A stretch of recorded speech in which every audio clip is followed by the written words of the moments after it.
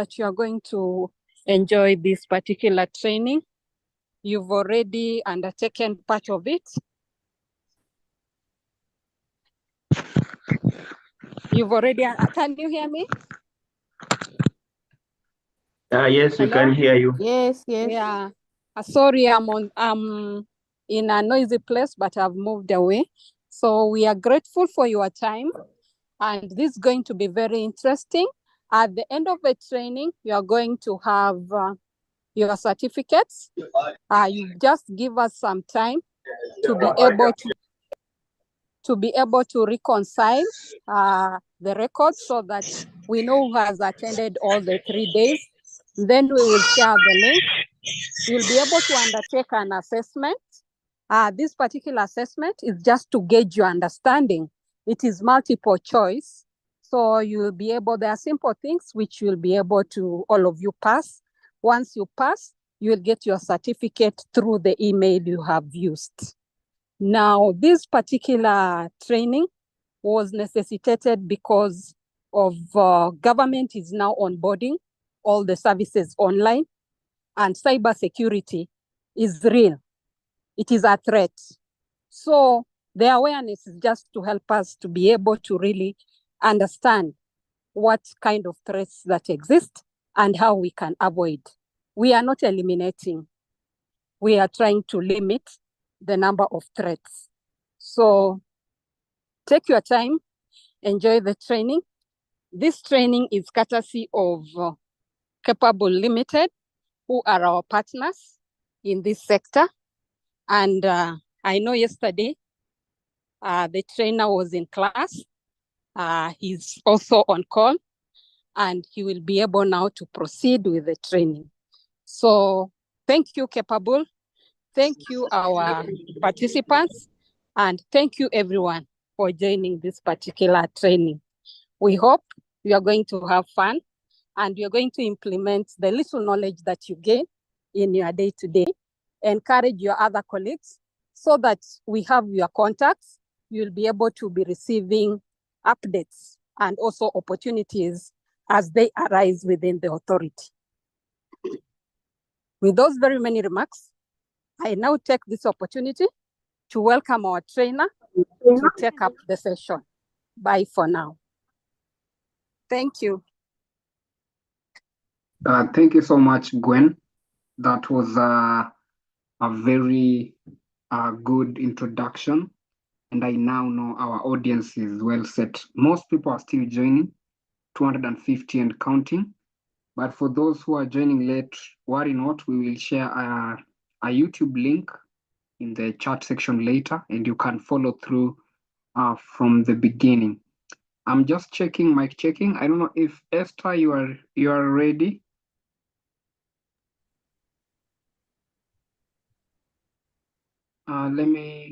Let me check with Esther in a second.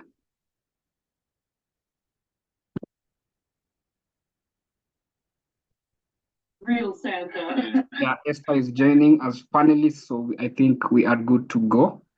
Passed away a couple of years Esther, you'll confirm with me once you are set. I think the ground is ready to listen. Yesterday's session was so good. I can see from the chat section, we have over 70 chats already, and people are still acknowledging yesterday's content. So Esther, I know you'll be able to pick it up and take the audience forward. There are those who are joining us for the first day today. Maybe you missed yesterday's session, worry not. Like I mentioned, I'm going to share a YouTube link for yesterday's session also and today, so that at your free time you can revisit and re-listen to yesterday's session so that you are at par. Esther, once you're ready, please just let me know. I think the audience is set.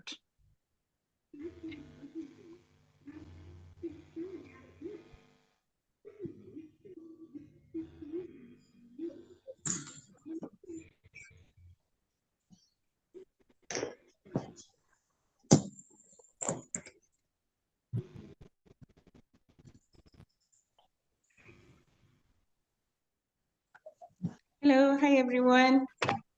Hi, Esther. I'm so sorry, I'm a bit late. I was setting up. Can you guys see me?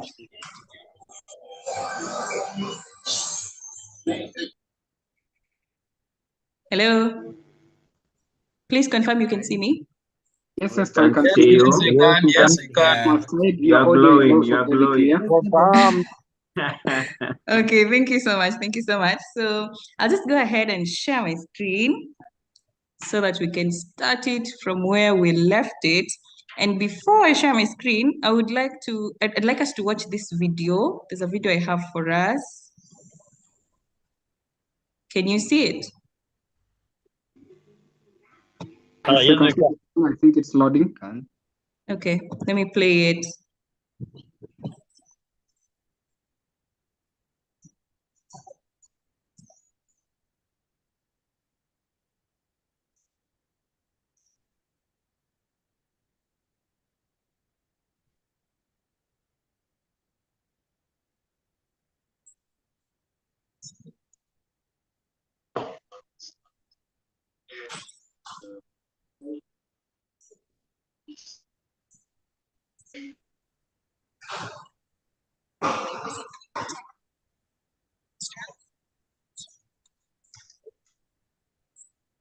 Esther, you can check audio. I'm not sure if people are getting the audio. Or does it have audio? Yes, you can hear me. You can hear it. Yeah, the audio. It's not audio. The audio is not being transmitted. You can look at. Yeah, we can't hear you, one. Oh, you can't hear the video. We can see the video, Yes, but the yes. audio is not being Yeah, transmitted. we are saying that the video that you are projecting, we cannot hear. We just see Okay. the pictures, kind of work on it. Click on your Okay, then sharing I think I'll section. share it later. Yeah, Yeah, you can share it later. It will be better. Just a minute. I can.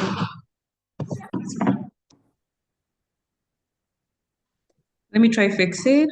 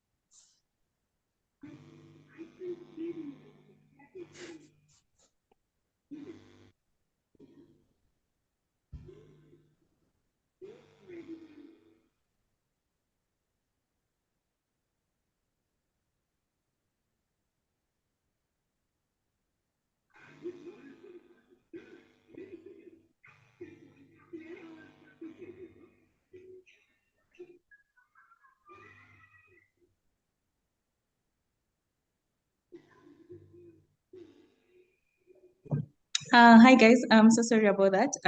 I'll share the video. I think I'll share the video for after class so that you can watch it. It's about how the way when you post a selfie, when you take a selfie and your fingerprint shows, someone can use this new technology that can extract that fingerprint and then use that fingerprint to access confidential information. Yeah, like if there's something you've signed with your biometrics, someone can use the picture you took with your fingerprint showing. They can extract that fingerprint and then use that fingerprint to access whatever you're trying to protect. Yeah, so more like attackers, there's so many ways that attackers are trying to attack us, like new ways every day, like new technology every day. And the things we use, the technology that we use, they're also using them. So yeah, we need to stay vigilant. So I'll just pick it from where we left. We were talking about ransomware yesterday, and I gave us an instance of KAA, the ransomware attack from last year, March 2023. And I told us to just go and read about it, find out how it happened, what was stolen, and how that relates to us. I know we have very busy work schedules. Was anyone able to go through it? Just Google a bit about it. Yes, Esther. Yes, Abenego. I went through it as I was just brushing through. I saw it happen in the year 2023, February.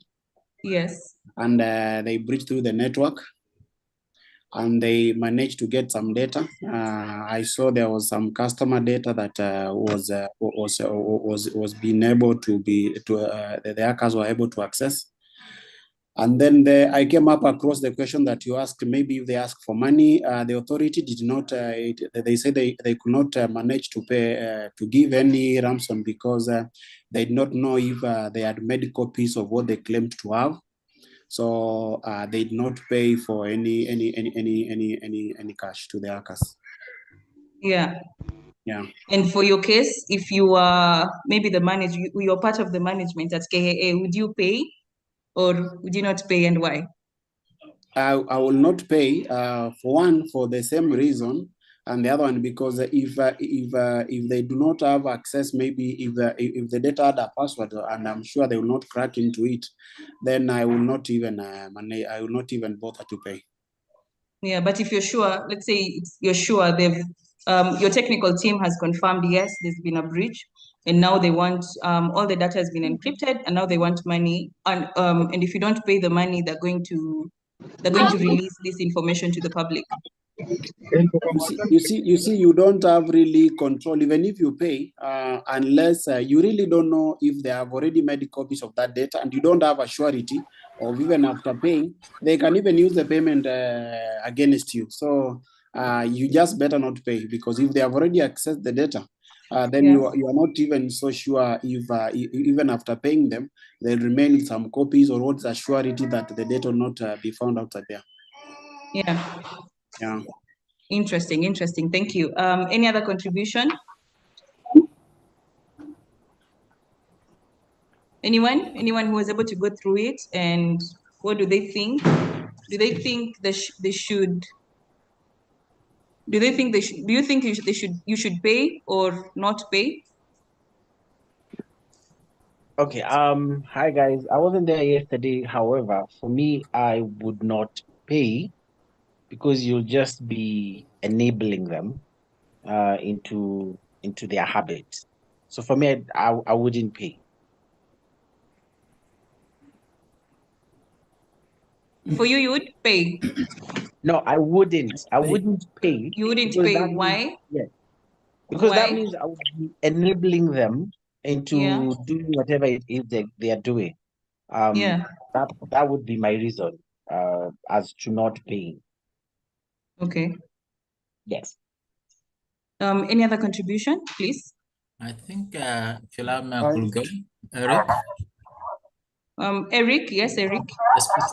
Just think that in the past, one of the things that has been done in the past is to think through the whole process where the change of venue in terms of the agreed payment, but then this engage the law enforcers, where the law enforcers are engaged privately, but then no money is transferred.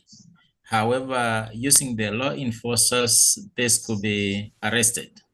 So I wouldn't pay, but the change of venue in terms of where the payment could be transferred, and using that route, this could be arrested rather than transferring the money. That's what I'll do. Thank you. Okay. Thank you so much, Eric. Someone wanted to speak yesterday, but they were not. A lady wanted to speak last night, but she was not able to speak. If she can hear me, can she please give us her thoughts on this? Even me? Okay, David. Well, I wouldn't pay because, number one, let's just take a good example of the pirates. How have we been fighting the pirates in our large water bodies? By ensuring that we involve the security details and try to do away with them. So by paying these hackers, for you to purchase your freedom, that is your data. It's like you are promoting what they're doing. And they'll get used to that, and many people will continue suffering in their hands. So as for me, I wouldn't pay. Instead, I'll look for the relevant authorities and these are the people concerned with the cybersecurity and other related actually the related field to help me in maybe getting back my data and also safeguarding other people who also fall victims of circumstances. Thank you. Thank you so much. Can we have a lady before we close? Good evening. Okay. Good evening, Esther. Good evening, Doris. We can have Doris and Yes. Elizabeth. Doris, Thank please, you. yes. So I'm saying I would not pay. And the Yes. reason is, if these are criminals, the issue of trust isn't there. So as I think as Julius or Eric who said, you are likely to pay and then they'll still continue, they'll still do whatever they had threatened to do. So there is no trust and there is no way I can trust a criminal. So I'll agree with those who have said that we engage the law enforcers, but then payments, no. Okay. Can I thank you also so much. contribute? Can I contribute? Yes. Let's, Yes, Mary? Yes, yes. Okay, my we name can is have you Mary. last, then we close on Yes. that. Yeah, I would say that I will not contribute because, you know, the aim of the hacker is to actually distract you. Just from the word social engineering, it's about distraction and the misdirection. So once maybe your data is hacked, you've been distracted automatically. So the best thing is to now to work on how to solve it. Now, this is technology, so it is okay. It is better now you engage also. You are like this is an organization. You also now embark on the technology that would actually okay, or should I say enhancing your systems. You engage now yourself in enhancing the systems rather than paying them to promote them. Thank you. Yes, can I try? Who's that? Elizabeth. So I just wanted to add, yes, I can't hear you clearly. I can't hear you. Oh, can you hear me now? Yeah, it's better. Okay. So I was saying, yes, it's not advisable to pay because they might even end up asking for more and not return your data. So if the company has an ICT, the best thing is to, yes? Hello, can I try? Someone is speaking, please. Yes. To other data that is very secure and that is important to the company. And then ensure that other attacks do not happen again by securing the networks, by securing other, portals that can be used for attacks in future events. So as much as you go to the authorities and ensure that they are dealt with appropriately, the company should also ensure that other attacks do not occur in future by ensuring there's an ICT team to take care of protecting the networks and the vulnerable portals for attacks. Thank you. Okay. Thank you so much. Thank you so much. I think that should be our last contribution. Hello, Yes. that should be our last contribution for now. We'll have some time before the session ends. We'll have some time to go through questions and contributions. Yeah. So sorry, Mary. I'll give you some time towards the end of the session so that you can tell us your thoughts. Just to close on that issue, when you have an attack, when you have a ransomware attack, I think the best thing is to let the management decide. Depends on your role in the company. So the first thing you have to understand is how decisions are made in your company. Yeah. So you do not want to be blamed when things don't go right. Yeah. When you make a rash decision, say you're in the ICT team, you go ahead and pay the ransom that these people are asking, the hackers are asking you to pay. And then you do not consult with the management. You see, if things go wrong, it's always going to be on you. And you do not want that with your employers. So the best thing to do in this case is to let the management decide. One, also two, I think it's important for us to understand that this is a business model. You see, for these attackers, Geoffrey, could you please mute? Thank you so much.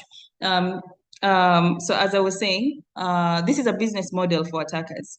And when they have a business model, you see, they want to extort you. They want to make the most out of your hard-earned money. They want to make the most out of a company's information. And also this data, it's always sold outside. Remember when we said, you're not supposed to reuse your passwords. This is some of the reasons why. Because when they have this information and you use your password, you use password A on this site. This site there's been a breach on this site. They go and use it on another service that you use. So on our case, on KAA, our case study that we were looking into, some of the things that were stolen included the software list, the security passes, and this security part. You see, when you talk about staying safe, sometimes it's not even about the online aspect. So it can move from online to physical. Say, for example, the way when we get a new job, usually when you get a new job, you're so excited. You probably want to post your tag, yeah? And sometimes your tag is your gate pass to an organization. So you share this information online. An attacker comes and sees this. They can use that to duplicate a pass of their own, or an ID, or a work ID of their own. And then they can use this to access the organization. Then an attack starts from there. They can steal something. They can either steal something, implant something. You see, just drop USBs. When they drop this USB, someone picks, especially if you've not educated your employees, if you've not educated your team about cybersecurity and how to stay safe. So I'll just move to the next slide.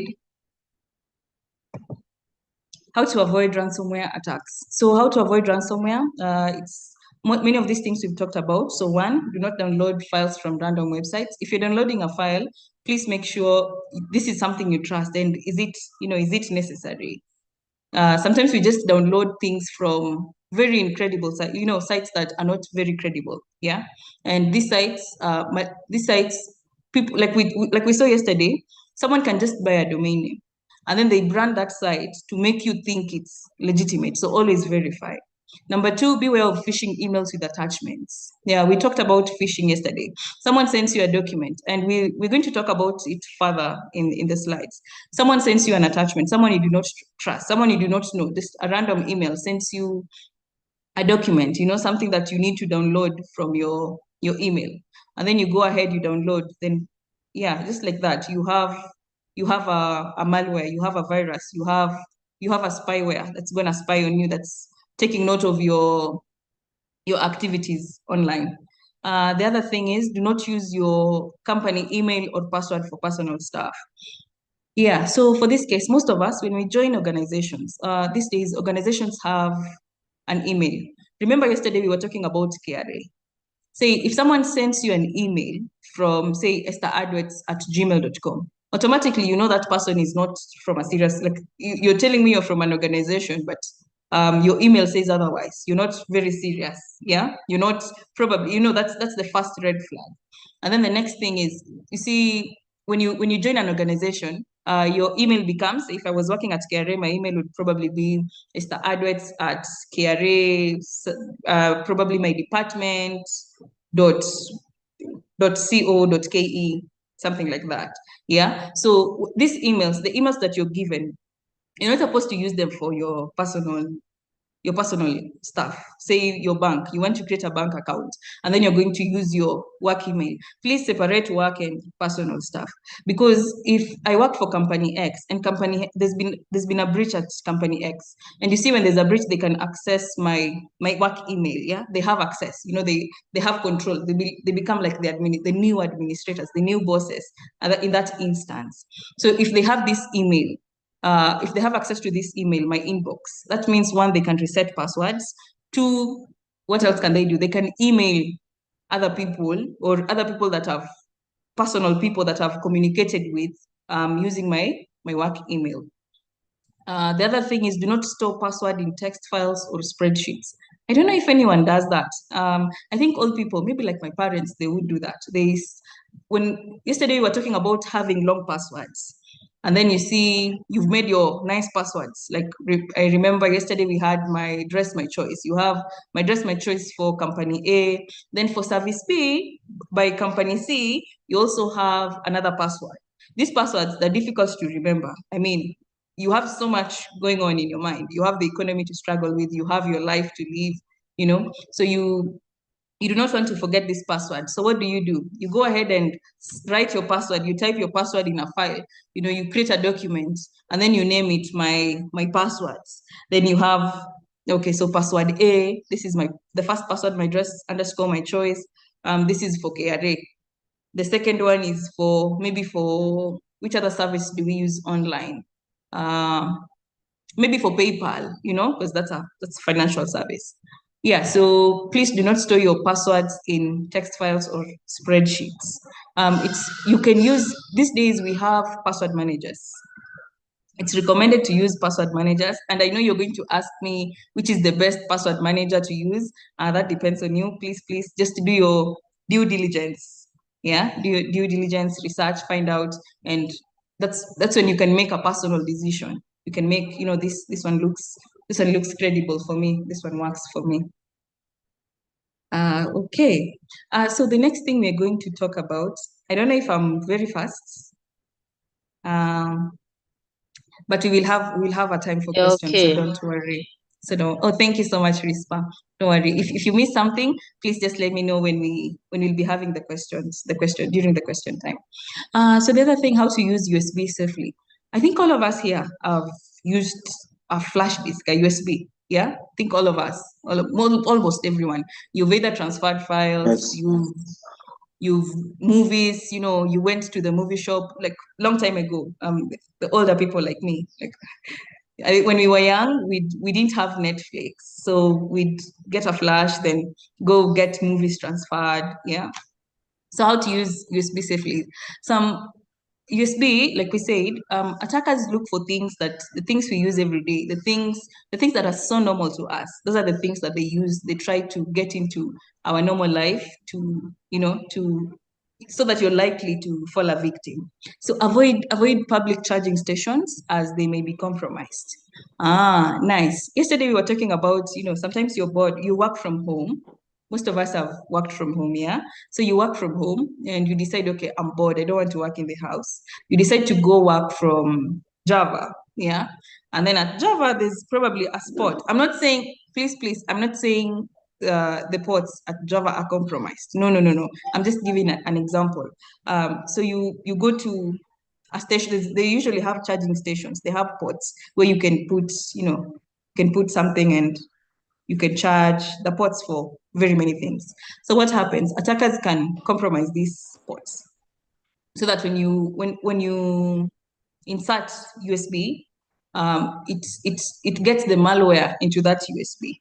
So when you're charging, it transfers to your phone. Like, we can use USB to charge your phone, to transfer files. Yeah. And sometimes, usually when you connect your phone to charge, when you connect your phone to charge via USB on your laptop, usually see some options: charge device, also transfer data, and then it asks you which device would you like to take control? Is it this device, or is it your machine, or the one that is connected, the other one that is connected? So yes, do not plug any USB that is not yours into your device.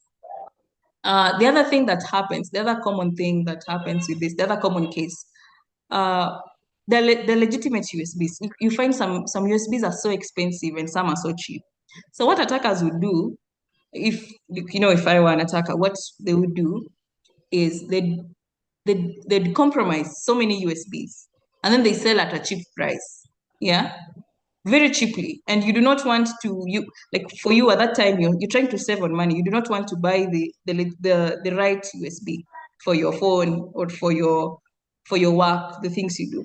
So when you compromise, when you save on your money, you're going to buy a cheap USB that has probably been compromised. Yeah. And you're using your USB cable, but you have no idea that this thing has been compromised, and they probably already have planted a malware into your machine, or they have access to your phone, and they can see literally everything that you're doing.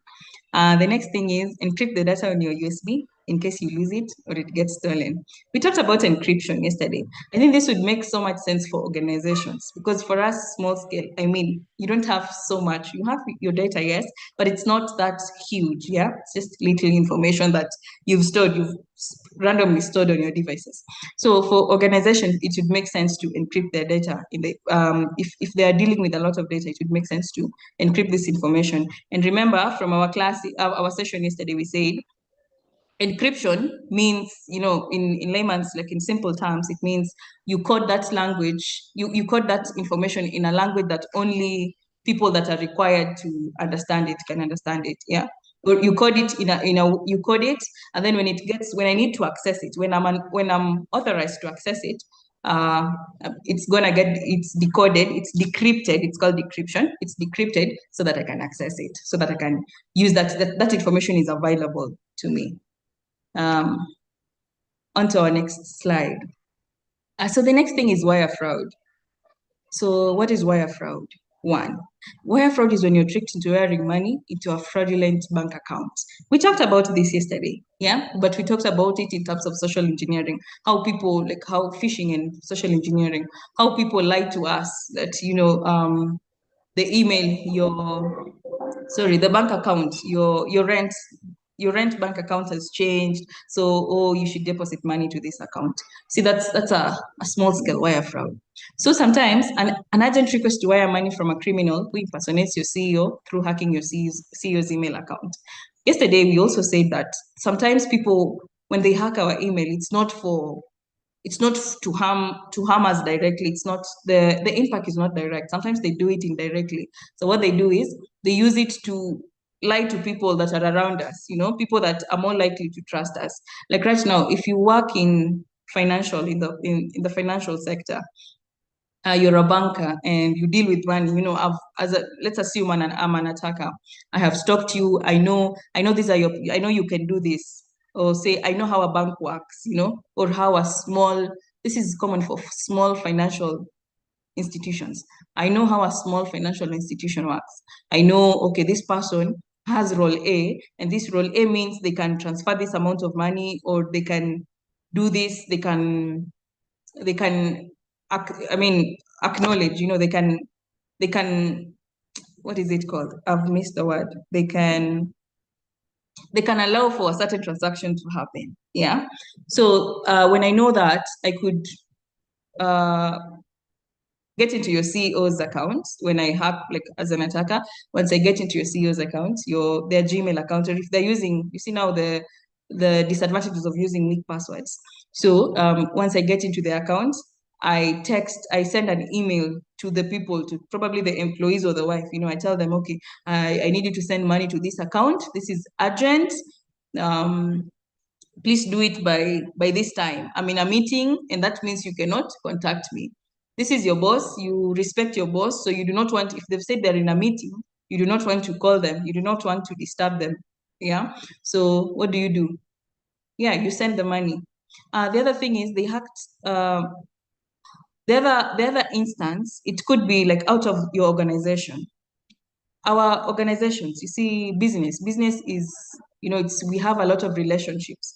Your business, there's a symbiotic relationship between businesses. Yeah, you probably have a vendor who supplies something, someone who supplies, if you work in financials, someone who supplies your books. Yeah, someone who supplies pens, someone who supplies, what else could be, someone who supplies your computers.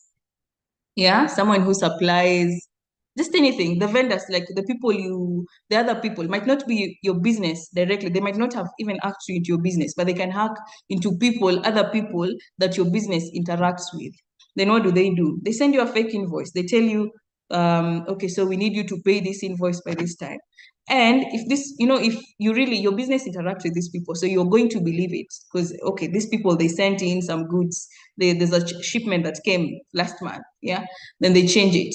So then what happens? You send money to the fake, you send money, you honor the fake invoice. Then you send money to new bank account. So it is very important. It is very, very important to stay vigilant. Yeah. And it's not, sometimes it's not our organization, it's not our immediate, it's the people around us, it's the businesses that your business interacts with.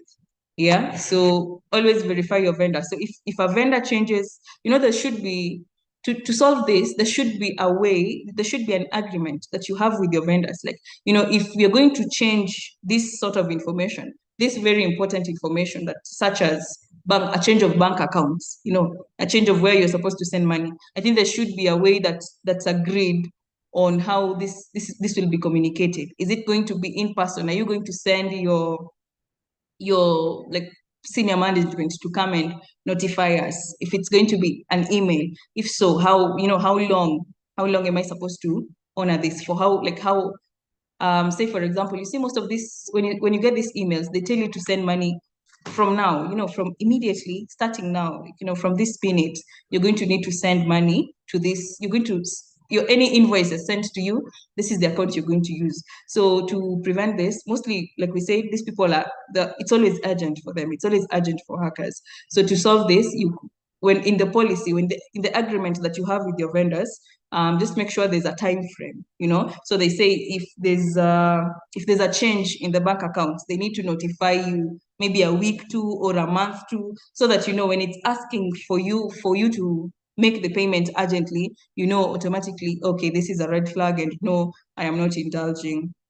If you're tricked into wiring money to a fraudulent bank account, the bank may not be able to help. After all, it's you who transferred the money, not the criminal. You see, this is why we're supposed to be very careful. Right now, if someone social engineers you to, like, they pretend to be now your CEO, and then they ask you to wire money to company, to a certain account, yeah, and they'll say, oh, it's for this service. They want to make it legitimate, so they're going to say it's for this service.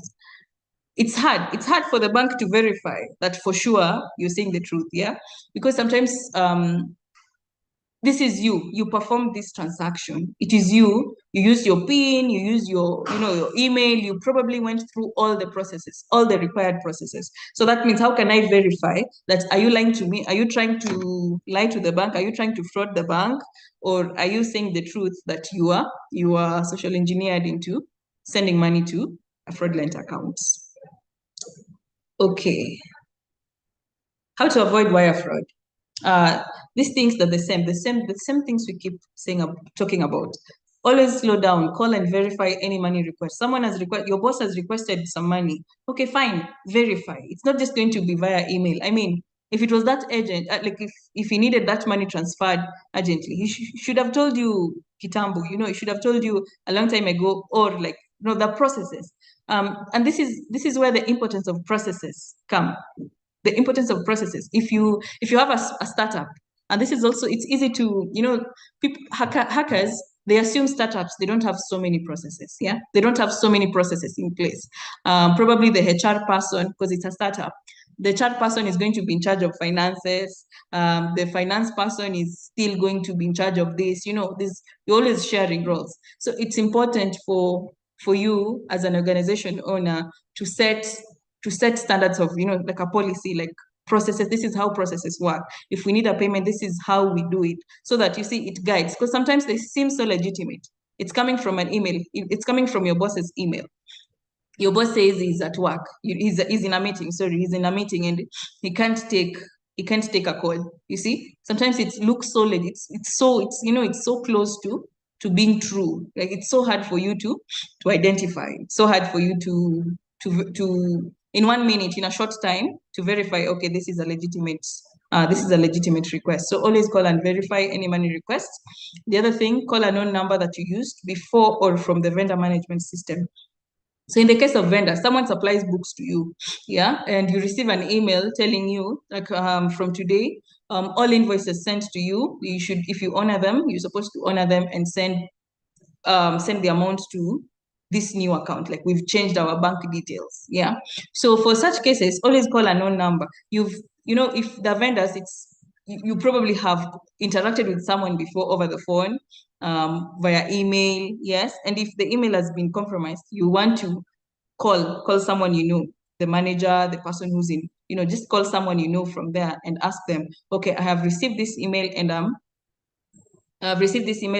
would like to confirm, is this official communication? Yeah, can I go ahead and execute? So the other thing, verify that the bank information match the one on file. So the other thing, these attackers, they want to try. You remember the two website links we had yesterday. They want to try as much as possible to make these things look similar. They want to try to trick you in a hurry. You would not notice the difference. Like yesterday's example, we had cybersafe.com and cybersafe.com, but in one, the A was different. But it would take something, it would take a second to pause and see that, oh no, this is not the legitimate destination. So in case of maybe they want you to wire money to PayPal. Say, for example, if you're supposed to make a payment via PayPal, PayPal use the email addresses. That's the easiest example because they use email addresses. Say, for example, now my email, the legitimate email is esther@00@gmail.com. What would I do as an attacker? I want the email I'm telling you the email I want you to send money to, I want it to look so similar to the real one. So I'll just write esther@, maybe 00, instead of 00, I'll write 00@gmail.com. They look so similar. I mean, on your computer, 00 and 0 look so similar. So if anything involves money, if anything involves that needs you to transfer money, that needs you to perform an urgent action, please stop and check and verify. Okay. So do we have any questions up to that point? I'll just have maybe 10 minutes for a question before we proceed, then we could proceed to different concepts. Do we have any questions or any contributions?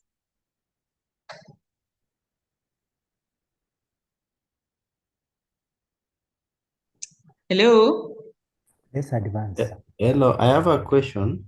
Yes, Josiah? It's Calvin Ngala. Calvin's. Okay, sorry. Yes, Calvin's? There's a question which about the wire fraud. Yes. I've even posted it on the question and answer.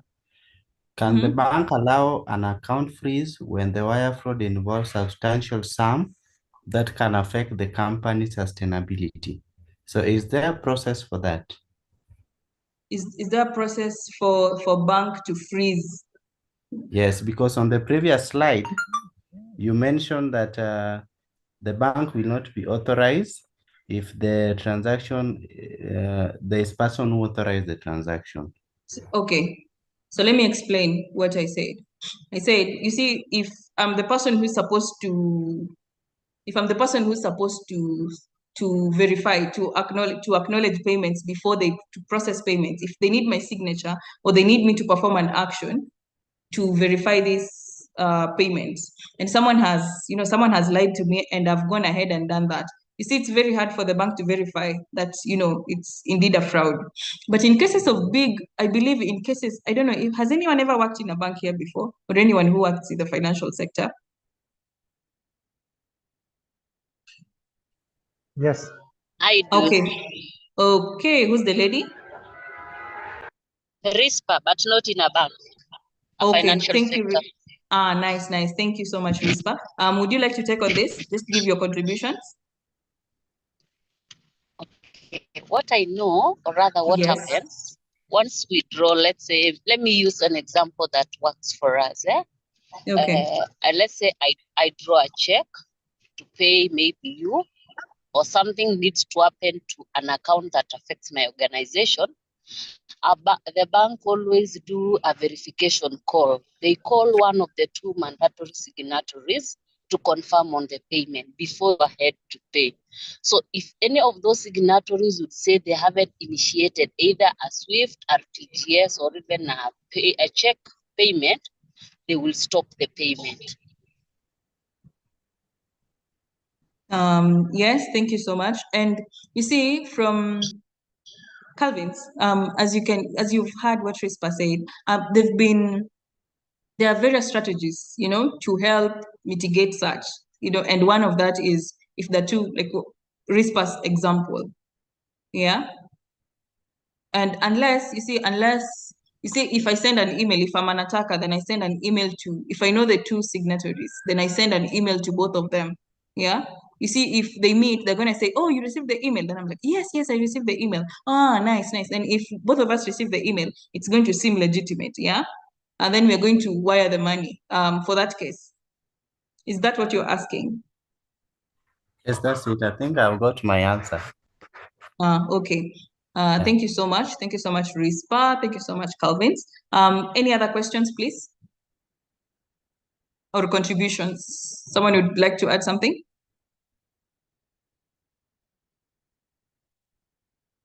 Going once. Can I add something? Yes, James? Yes, good evening once again. Is this Stephen or James?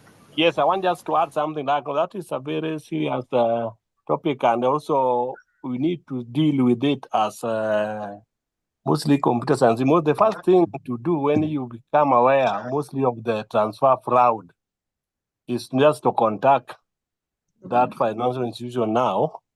You send the money to, you used to send money. So what you can do mostly, you advise them to call either, you can call your bank or whatever the institution which is supposed to do that, then ask them now to initiate either a swift recall. Then from there, you'll usually be able to avoid such things. Thank you. Thank you so much. Thank you so much. Yeah, so it's once you know. Okay, Godfrey, please go. Yes. Yes, contribute. Yeah. Is this, okay, I've had Yes. experience working for these financial institutions, and the truth be told that even the financial institutions, they know that there is a risk always of being duped by a fraudster. So what happens? Those rules that they put in place, they are always checks that they put, but the checks also are not actually 100%, because even that person who is trying to access that system, the fraudster, has actually done some groundwork on it, and he knows this person has this limit. For example, the example that the lady has given in terms of checks, like most banks, what they do, they have a policy which says that when you are this level of a staff, let's say a manager, you can approve a check without consulting anyone of this amount. If you are lower than that, you need to call.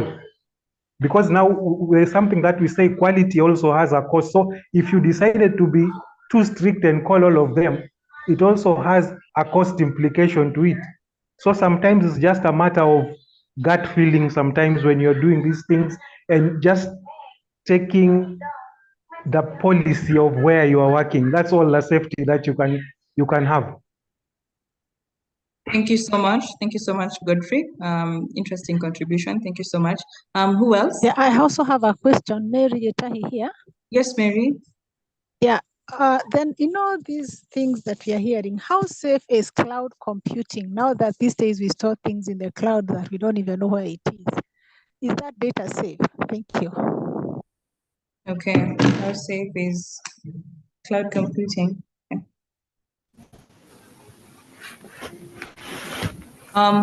Stephen, are you speaking? Yes. My question is, how do these hackers open these micro bank accounts to How they do open? their stealing? How do they do it without the bank noticing? That is. You see, I could use my personal. You see, I could just go as a person. I could just go as, number one, I could go as I am. But you see, at the end of the day, I don't want to be incriminated. Yes. So the other thing I could do, I could use stolen credentials. I've stolen your ID. I've stolen your number. What makes me? I have a picture. I have a picture of you, maybe like a mugshot of you. What's stopping me from impersonating you? What's stopping me from being you, from pretending, okay, fine, I'm this person and I'm creating an account. You see, that's how bad these things are. So sometimes they use information that they've stolen from you and me. And then some, yeah, I think that's the best one. They use things that they've stolen from you and me, information they've stolen from. Madam Esther, as you answer about computer crowding. Answer me the one for Google, not Google, the password managers. Are they safe also? Password managers. Yes. You see, the thing is, it's very hard to say something is entirely safe. It's 100. Nothing is ever 100% safe. That's one thing for sure. Nothing is ever 100%. Like we say 100%, this is 100% safe. But they solve, they do the work. They do the work that's required of them. But nothing is ever 100%. You can never rely. You can never put your trust 100% on something. Because the moment you see a system, there's one thing we say in cybersecurity: a system is only the weakest. You see, the weakest link in a system, the weakest point is the people using the system. So as long as people are using something, it's not going to be 100% safe, because it's kind of hard to control the people factor. So that's I'd say. That's Ruth. That's what I'd say. I hope it's Ruth that asked. I hope I got your name right. So it's very hard to say Yes, tell it's me. that Yeah. something is 100% safe. Okay. Yes. May I ask you? Yes, Alice. Okay. I believe in some cases you find that someone is working in a given company or organization, and he or she has given website to manage, and you Yes. find that the hackers have tried to hack, and they'll find those details or anything else that the manager's been given to manage. And how are we going to restore, since we have said that we can't pay them so that they can give us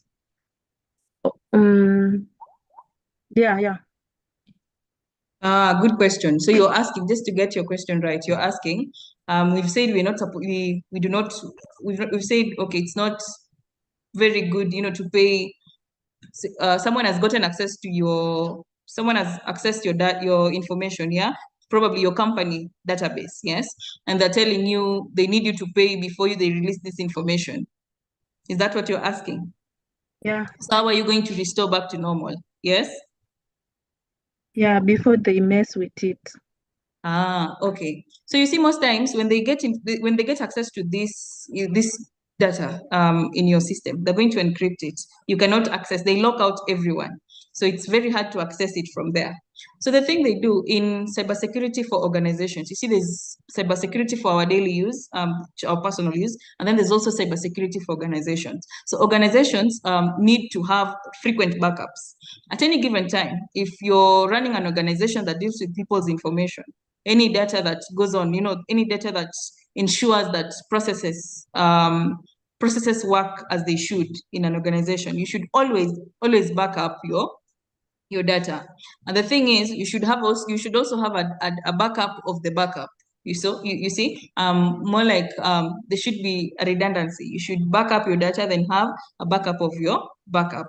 So that will save you. So when this information when the current whatever you had right now has been encrypted and you cannot access it, your backup, your business processes should be efficient in business continuity. It's a whole other side of cybersecurity. So your company should have a business continuity plan, where they say, when this information is inaccessible for us, how long should the backup should be up by this time? So you should always, to answer your question, organizations should always have frequent backups, and it's good to also have a backup of the backup. Hello. Okay, Hello. thank you so much, Alice. Yes, who's that? One person, please. Peterson. Yes, Peterson.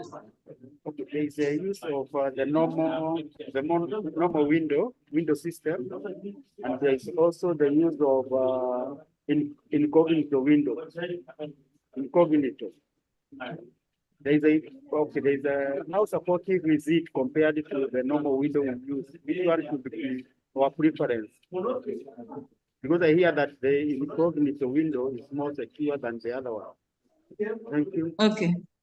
I get your question. So you see the thing about if you're browsing in incognito, it means we cannot, your history is not saved, one. So if an attacker comes into your, if someone gets access to your browser, they cannot get a history of whatever you're browsing, and they cannot go back and, you're browsing in a safe mode, quote unquote safe mode. But even this safe mode, the people, when you try to shift to incognito mode, usually when you're trying to shift to incognito mode, there's usually a notification, like there's a banner that comes and says there's an information page that says, you see, this means no one will be able to track your path in the internet, but your internet service provider can still see whatever you're doing on the internet. Is that the case? Hello, Is that Madam so? Esther. Yes. Yes. Also, just call Hello. me Esther, not Madam Esther. I'm I think Joshua. Esther is okay. Yes, Joshua. Okay, Esther. I'm Joshua. I have a Yes. question here. Please Are ask. there examples of password managers? Yes, there are Are there examples of yes, password there's managers? Google. Yes, there's Google. Maybe, yeah. There's Google Password Manager. There's the Google. They have a password manager. They brought in a new password manager system. Yes, this is just one of them. And you could also Google and then see the reviews. Yes. The other thing is see the reviews. When you Google about something, always see what are people saying about this. Have there been any breaches so far? How does this happen? If you have a problem with these people, can you get to them? Yeah. So do they have a community, like a sort of, customer support? And to answer, Peter, I think I was not done answering you before Joshua asked his question. Browsing in incognito just means it's a better option because it means you cannot, when someone hacks into your browser, they have no history. Like you're sort of safe mode. Like no one knows whatever you're doing, but it's not entirely safe. The other ways to ensure that your actions on the internet are anonymous, are entirely anonymous, but that's beyond the scope of this. Like that's a whole other thing, like deep web. It's what browsing, your data is kept, like no one knows who you are. Any other questions before we move? Esther? Hi, Esther. Hi, Rispa. Okay, mine won't be a question. I feel like an addition of what someone asked about the normalcy after the attackers have already stolen the data. Yes. I think the company would need to have the mechanism that can remotely be deleting the hacked information. So that if you have such mechanism in place, the moment you realize that you've been hacked, you put that mechanism into work so that it can remotely just delete all the data that has been stolen. That would be all. Okay. Thank you so much. Thank you so much, everyone, for your contributions and for your questions. We're going to move to our next topic for today. We're going to talk about Trojan horse. A Trojan horse is a type of harmful software. It could be a program or software that pretends to be something helpful, like a game or an app, but it's actually a trick to get into your device and steal your data. From its name, a Trojan horse. Long time ago, if you're a fan of stories, tales and tales, Hadithi za Kale. So the Greek used to have a war. They used to have a beef with the Troy. So for about 10 years, they could not win battles. The Greek could not win battles against the Troy. So what they did one time, during when they tricked after that they tricked the Troy. What they did is they made a wooden horse. They made a wooden horse. Then they hid their soldiers. They hid their soldiers inside there. You see, and the reason why they could not, for so long, they could not penetrate into, they could not, like the Trojan people, the Troy, the reason why they could not attack them entirely was because they had gates. They had really, the city walls. They were such a thing, they were such a thing in the ancient Greek. So they had like really good walls that these people, the Greek, they the soldiers could not go beyond. So anytime there was a war, you see, they could just close the gate and these people would not enter. So after 10 years, the one thing what they did, they decided to trick the Troy. Like I've mentioned, they made a horse, they made a wooden horse, and they made their soldiers hide inside this wooden horse. Then they went and put this horse in front of the gate. And then the thing is, they made it, they were pretending it's a peace, you know, when you've had an issue with someone and you finally want to make peace. You know, for so long, two communities have been fighting. Then they want to make peace. Then one community pretends, okay, fine, this is a sign of our peace. This is our offering to, in that case, for the Greek, they were making more like a peace offering to goddess, their goddess Athena. Then they put it outside. Then they left. You see, when they do this, the Trojan people, the Troy, they could see and say, okay, fine, they want to make peace. Fine, let's let this in. When they let that horse in, the Greek that were inside, they waited for dusk. And then when the darkness came, the soldiers came out, and then they opened for the other soldiers who were outside. And then that's how they managed to invade Troy. So that's why it's called, hence the name Trojan horse. The same way, you see, for the Greek people, it was, they pretended this was a peace offering, and then they brought it into the gates, into these gates that they had not been able to penetrate for about like 10 years. That's the same way. That's how, from the story, that's how Trojan horses operate, like a Trojan horse operates. A Trojan horse will lie to you that it's a legitimate app, then you download it, then it steals your information. Yeah. So I'll just give us an example of a Trojan, an instance of a Trojan. So in 2000, there was an I love you Trojan, so that we understand how it pretends to be something very legitimate, but it's there to harm you. In the I love you, it's called the I love you Trojan. It happened in 2000 and in 2002. In 2000, sorry, in 2000. So imagine you receive an email with an attachment that says, I love you. You'll get where the name is coming from, why it's called the I love you Trojan. It looks like a love letter. So you're curious to open it, but instead when you open it, it's not a romantic note.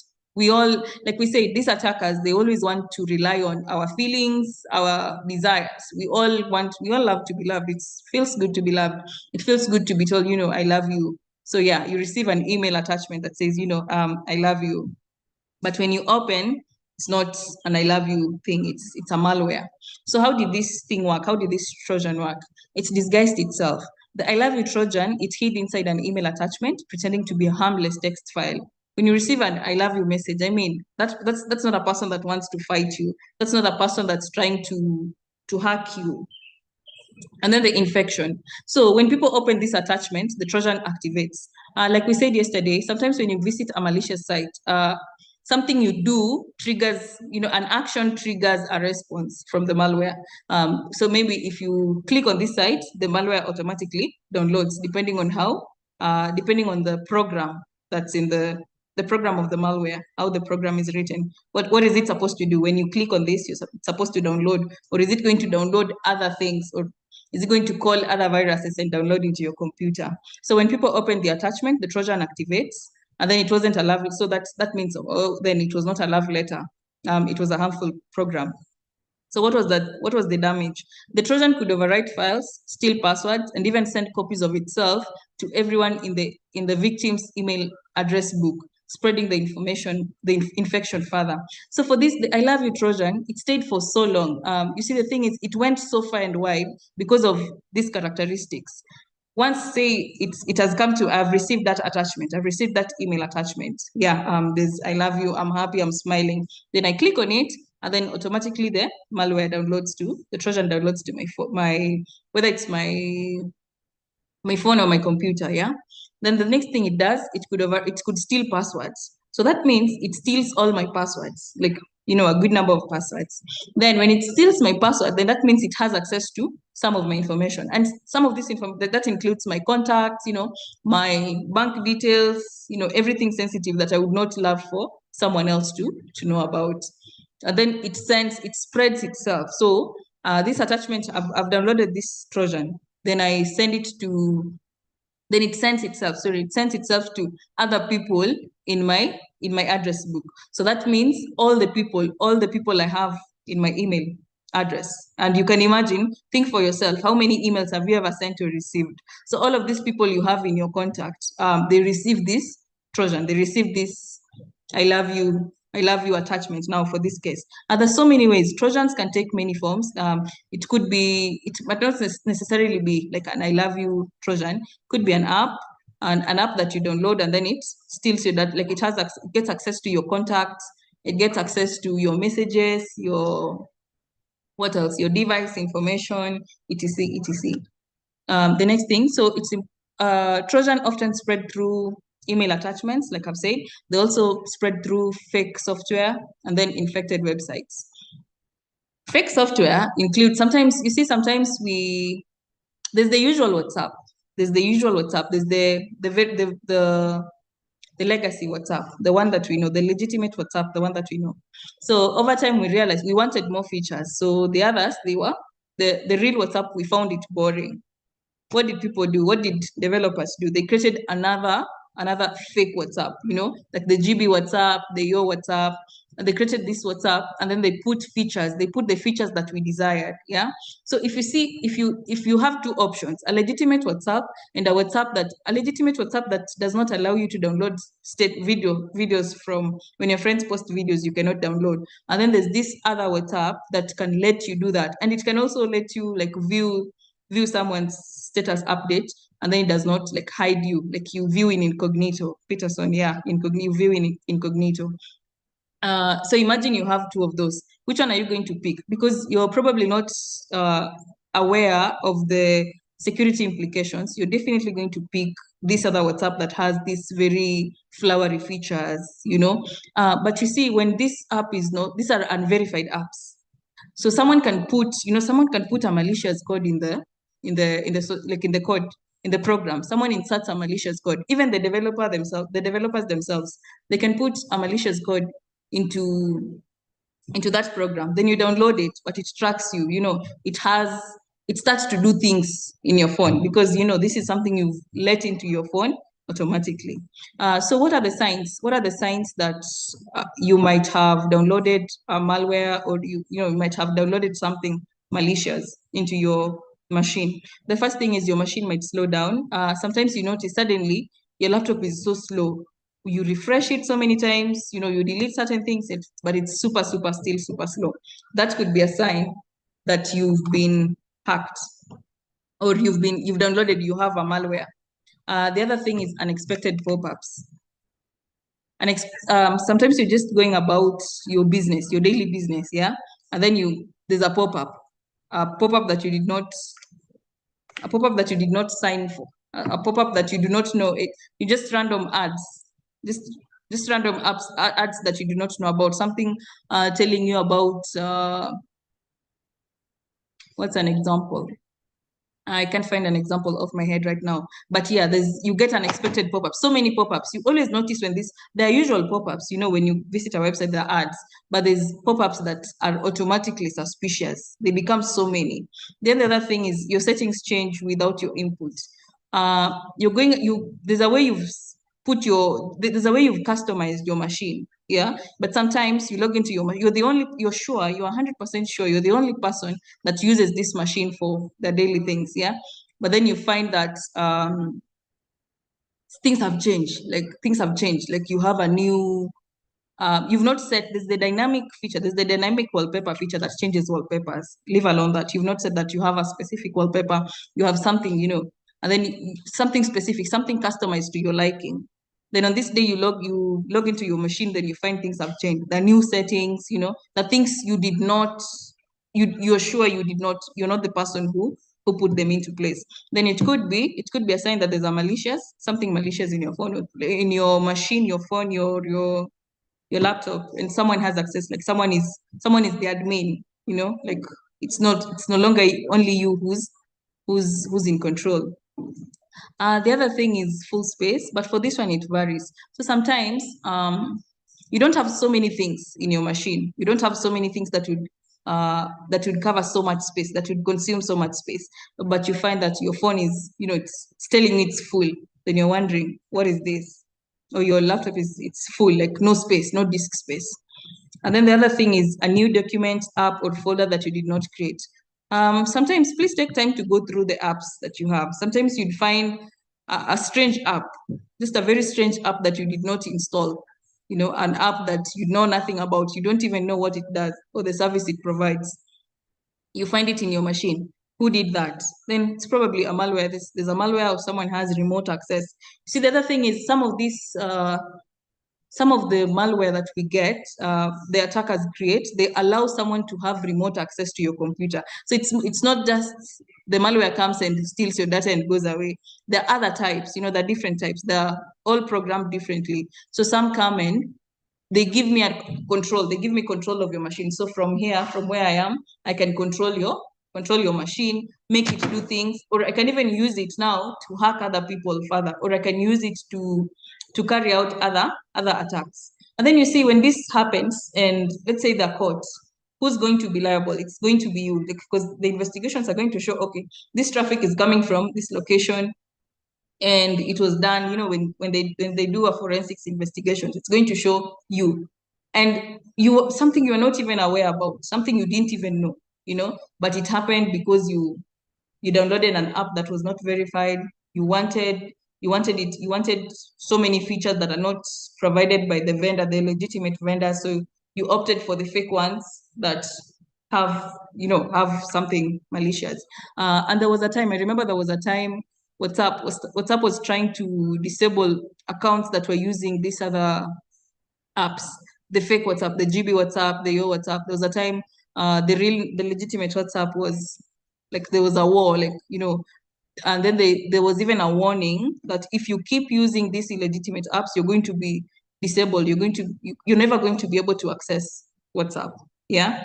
So those are just some of the countermeasures that these other legitimate companies put in place to prevent that. Okay.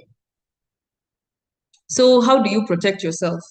How do you protect? We've learned a lot about malware. We've learned a lot. We've mentioned viruses. We've ransomware. You know, Trojan. Yeah. So how do you protect yourself?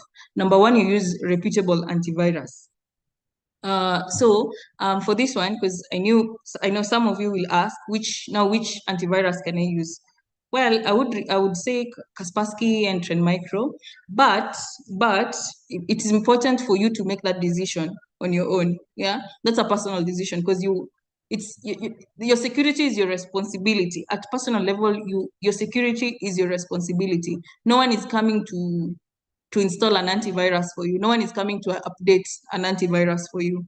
So one way I would recommend to identify a good antivirus is you look if they have community pages. Yeah. And what this means is, say if I want to use Kaspersky, yeah, let's assume I've never used it before. So I want to check now which antivirus should I choose? And because we've said this is your personal decision, yeah. You go checking online. So Kaspersky versus Trend Micro, which one is better? People are always going to give you opinions that, you know, that their personal preferences. Yeah. So the thing is, look if they have community pages, and when they have community pages, how are these community pages active?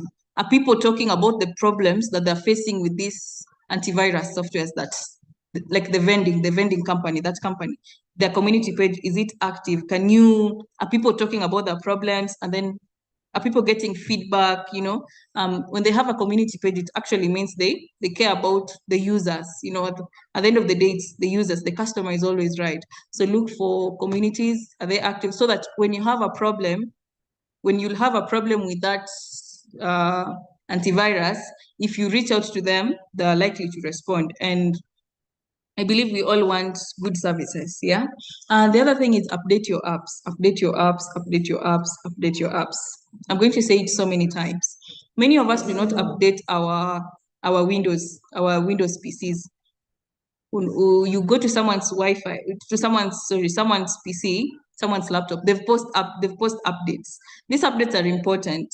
These updates, they're the things that stop, you know, right now, when Microsoft discovers that, you know, there's a vulnerability with, say, Windows 10. what are they going to do? They're going to send an update. They're going to send a patch that prevents attackers from exploiting this vulnerability. So yes, that's why you need to keep updating. You could have if you pause your updates, say they've released maybe like two or three or four, let's say 4 updates. They've released 4 patches that you've not updated on your machine. So that means you're behind, like these 4 updates. 4 updates is a lot. It's a lot. So you always have to update your apps. Always update your apps, because when you update your app, they've closed some open, some weak links. Yeah, they've tightened some weak links that they had. The other thing is download only verified apps from reputable sources. Avoid modified and cracked apps, e.g. GB WhatsApp and your WhatsApp. Some of us, if you've been in photography, if you needed an app, this mostly happens with apps that require subscription, maybe like Spotify. You want to listen to music, but you're like, okay, I don't want to pay this amount of money every month to access to listen to good music. I mean, I deserve good music, yeah. Yes, you do. But what that does, that will lead you to getting cracked versions of apps. You're getting an illegitimate app that's not from the vendor, from the legitimate vendor. You download it. But most of these apps, you see, if they're cracked, I mean, nothing is always entirely free. I think that's one thing also we need to drill into our minds. Nothing is entirely, you're always paying a price. It could look free, but in security, you're always paying a price. And someone is always stealing something that's so valuable to you that you wouldn't even know. Okay, the other thing is disable unnecessary permissions on apps, disable access to contacts, location, etc. This case is mostly common. When you check your phone right now, when you go to app information, you find that a calculator app has access to your contacts. I mean, what does a calculator need your contacts for? You see that as a suspicious one. Check the access that check the access that these apps that you have on your phone, which accesses do they have to? What do they have access to in your phone? Why would a running app have access to your messages? I mean, this is just an app that's supposed to be calculating, your running, giving you like metrics, your progress in running, not having access to your messages, not having access to your contacts, not even having access to, what else do they love to have access to your phone, like to manage. When you download some apps, they ask you if they can manage calls, and messages. For what? I mean, if that app does not need it. This is also common with loan apps. Sometimes you download a loan app when you want to take a loan, Tala, branch, they ask you they want access to your contacts. What do they need access to your contacts for? I mean, I'm taking a loan. Okay, yeah, probably they'll now that's when they send messages to your close people. I had stories of some Tala, was it Tala or branch? They send messages to people, to your friends, that you've defaulted on a loan. Yeah. An app that does not do a service, like a certain service for you, has no business having access or having permissions to access that service. Yeah, like a calculator app, it's for calculations, period. Nothing to do with your contacts, nothing to do with your messages. Well, are they calculating messages? Yeah, no, of course not. So that's the first time. Check permissions on your phone, check permissions that apps have on your phone, and then disable those permissions. There's some apps, like a calculator app would ask for access to your camera. I mean, for what? For what? Only like, you're going to make calculations. They don't need to see you when you're making this calculation. So disable such permissions. Because an attacker makes use of that, and then they see you every day. They take videos. They're just recording videos through your webcam. They're recording videos of you going about your life normally. And the way most of us, we use our phones literally everywhere. So imagine if they can see you 100%, like 100% of the time, and then they're recording these feeds. Because of course, this when they're recording you, these things, they have the video, there's the feeds, they're going to someone, there's a destination, there's someone who's seeing those things. The next thing is training and awareness campaigns in case of organizations. Training and awareness campaigns such as these ones. You see, right now, the things I really believe that the things that you didn't think was such an issue, but then now after our sessions, you're like, oh, I didn't know this was such an issue, and then this is an issue. So training and awareness campaigns, that's so important, because every other time, even when after this session, a few months later, there's gonna be a new trick that attackers are using to trick you, to get you to steal your information or to steal your money. So it's supposed to be continuous. It's not just a one-time thing, like we do it today and that's it for the next 2-3 years. No, attackers are always working hard to find new ways. And remember, they know what we know. And sometimes they even know it way better. They know it better. Any questions, please? Yes, Josephine? Okay, you've talked about app permissions. Yes. And I think I've been a victim of that because I've allowed several. Now, what about these bank apps like KCB? Because, okay, if you enable the contact, when you're sending some money to somebody, you're able to just search the contact without having copy pasting. Is the such apps like the bank apps safe to allow contact permissions? That's a hard one. You see, what are the terms of use with this app? When you're downloading this app, there's always a place of accept the privacy, the terms and conditions. What are the conditions? What do they say? What information are they collecting? You see, that now brings us to what information are they collecting from your device or from your phone? But I don't think you need to enable that. I mean, for what? Just paste that. What if the bank app is hacked? What happens? And already the app has access to your contacts. You see, you also become a victim. If you do not need, if that permission is not needed, it has no business having access to your contacts. Just type it. I mean, it's going to save you so much. Because you see, the moment there's a third party, what if that third party is hacked? What happens to you? You also become a victim. Automatically, you become a victim. Yeah? Any other questions, please?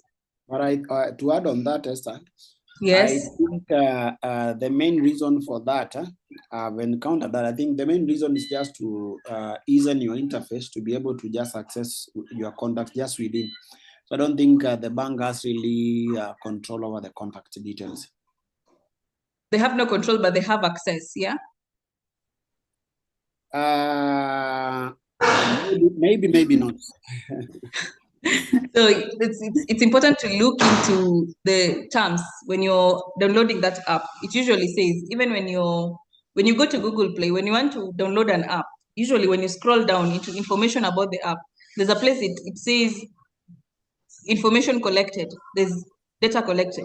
So maybe your contacts, you'll see what type of information is collected. So it's important to check that. Does it need that information? Yeah. Say, for example, an app like Bolt would need your location, would require your location to come, and like you've downloaded Bolt, yeah? And then it requires your location to come and pick you, for ease of service. But when that app is not using, I think there's always an option of only while using the app, allow only while using the app. I think that would make more sense. Allow only while using the app.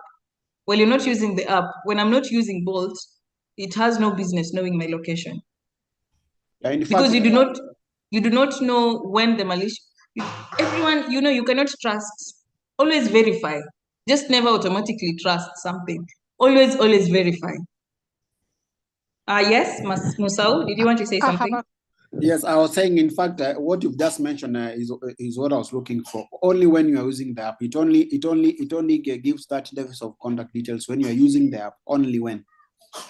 But don't select always, because it will always be monitoring your contacts all the time, even when you're not using the app. Yeah, I have a question about the advice you have given about having antivirus. Do we put antivirus even on phones? Thank you. Yes.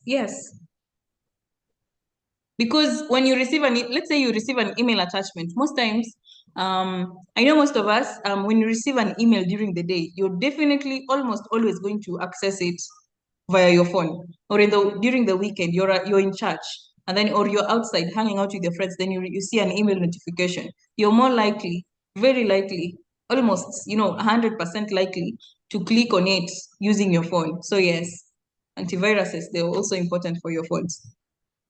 How do you now get that? I've never had that. How do you put an antivirus in a phone? Do you download? Do you buy Kaspersky for phone? How do you go about that? There are several options. There are several options of buying, but now that would lead me to the question of which is the best to use. Yes, Mary, which is the best to get? Yes. There are different options. Like I've said, always do your own due diligence. Yeah, check if they have No, what I'm I check. asking. I'm asking, how do you You install? download. Yes, you can download. Okay, then. You can download antiviruses. And then, but before you download that antivirus, you have to verify, you check, okay, this is an antivirus I can maybe trust to do the job. Okay, thank you. Okay. Hello. Hello, Now yes. that maybe you have accepted to access your phone, your camera, how do you now reverse that one so that it cannot be accessed? Ah, nice. When you on your phone, when you long press the app icon on your phone, when you're scrolling the apps, when you long press it, don't click to use the app, just long press it. You're going to see an eye on top. On the top right, there's an eye. Click on that eye. Yes, then there'll be permissions. Alternatively, you can go to settings. There's permissions. There's app control and permissions. There's also that options you can disable in the settings. But for individual apps, you long press on the app. Then there's usually an option that there's a drop down, either a drop down or a few options that come, or an eye info, an eye that comes. Then you can click on it.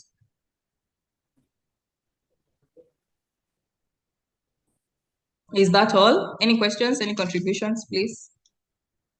Hi. Hello. My question is regarding the Windows Defender. How safe is it? And okay, I understand when you update it, it's more safer than some antiviruses. Okay, Yes. according to you, how safe is it? According to me, I think it's safe. It's about enough to as long as you keep updating, I think it's about enough to do the job. But depends personal preferences. But Windows Defender, they do a good job in the security, like in the providing the patches, like sending frequent updates. Yeah, it is safe. Thank you. But nothing is 100% safe. Like personal Okay, preference. in this case, you find you have an antivirus itself. It tells you there is a virus or an infection on your machine, but you can't.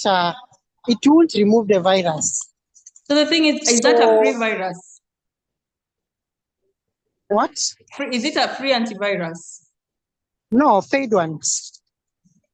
Paid ones. Even Defender can tell you there is an infection, but it won't remove it completely. But there's always options. There are always options to remove, to allow on device. Just a follow-up, Esther. Yes, Eric. When Windows 10 came in production, they wanted to mimic the Apple products, Yes. and they highly recommended that you do not need at all to have the other antiviruses, and that worked for some time. Apple doesn't use a lot of antivirus and seems to have worked through. Windows has tried, but there's still a lot of discussions on, even when you buy a new gadget, the first thing you advise is that you definitely need it. The owners are saying you don't need it. The business people are saying that you need it. So would you maybe comment on this?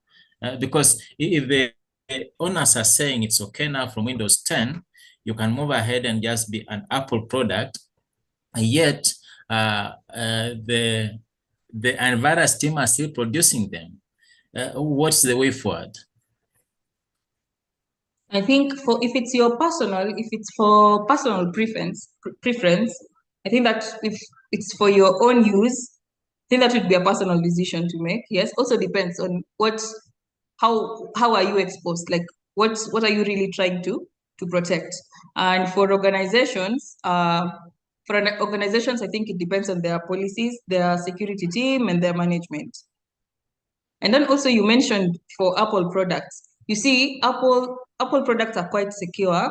Not entirely, but they do quite a good job, and they do it by there's a thing where they only allow specific apps. They only allow Apple notarized, like apps from Apple notarized developers. They only allow apps that from developers they've verified to download on, for you to download on your Apple, on your MacBook or your Apple device. And you see that's a safety measure, because these are apps they've verified. So it's not very easy for an intruder, like for an intrusive app to get into your machine. So it would make sense for their security. But it's different for Windows. We download so many things. There's so many things, there's so many services that we want to access. Yeah. So I think if it's for personal use, depends. What are you protecting? But yes, it's important. Just have an antivirus. You can have an additional antivirus. But for some people, the Windows Defender is just enough. As long as you update, because you see also Windows, you have to keep updating. You have to keep updating your machine. Thank you. Thank you for the information. Okay. Any other questions or contributions?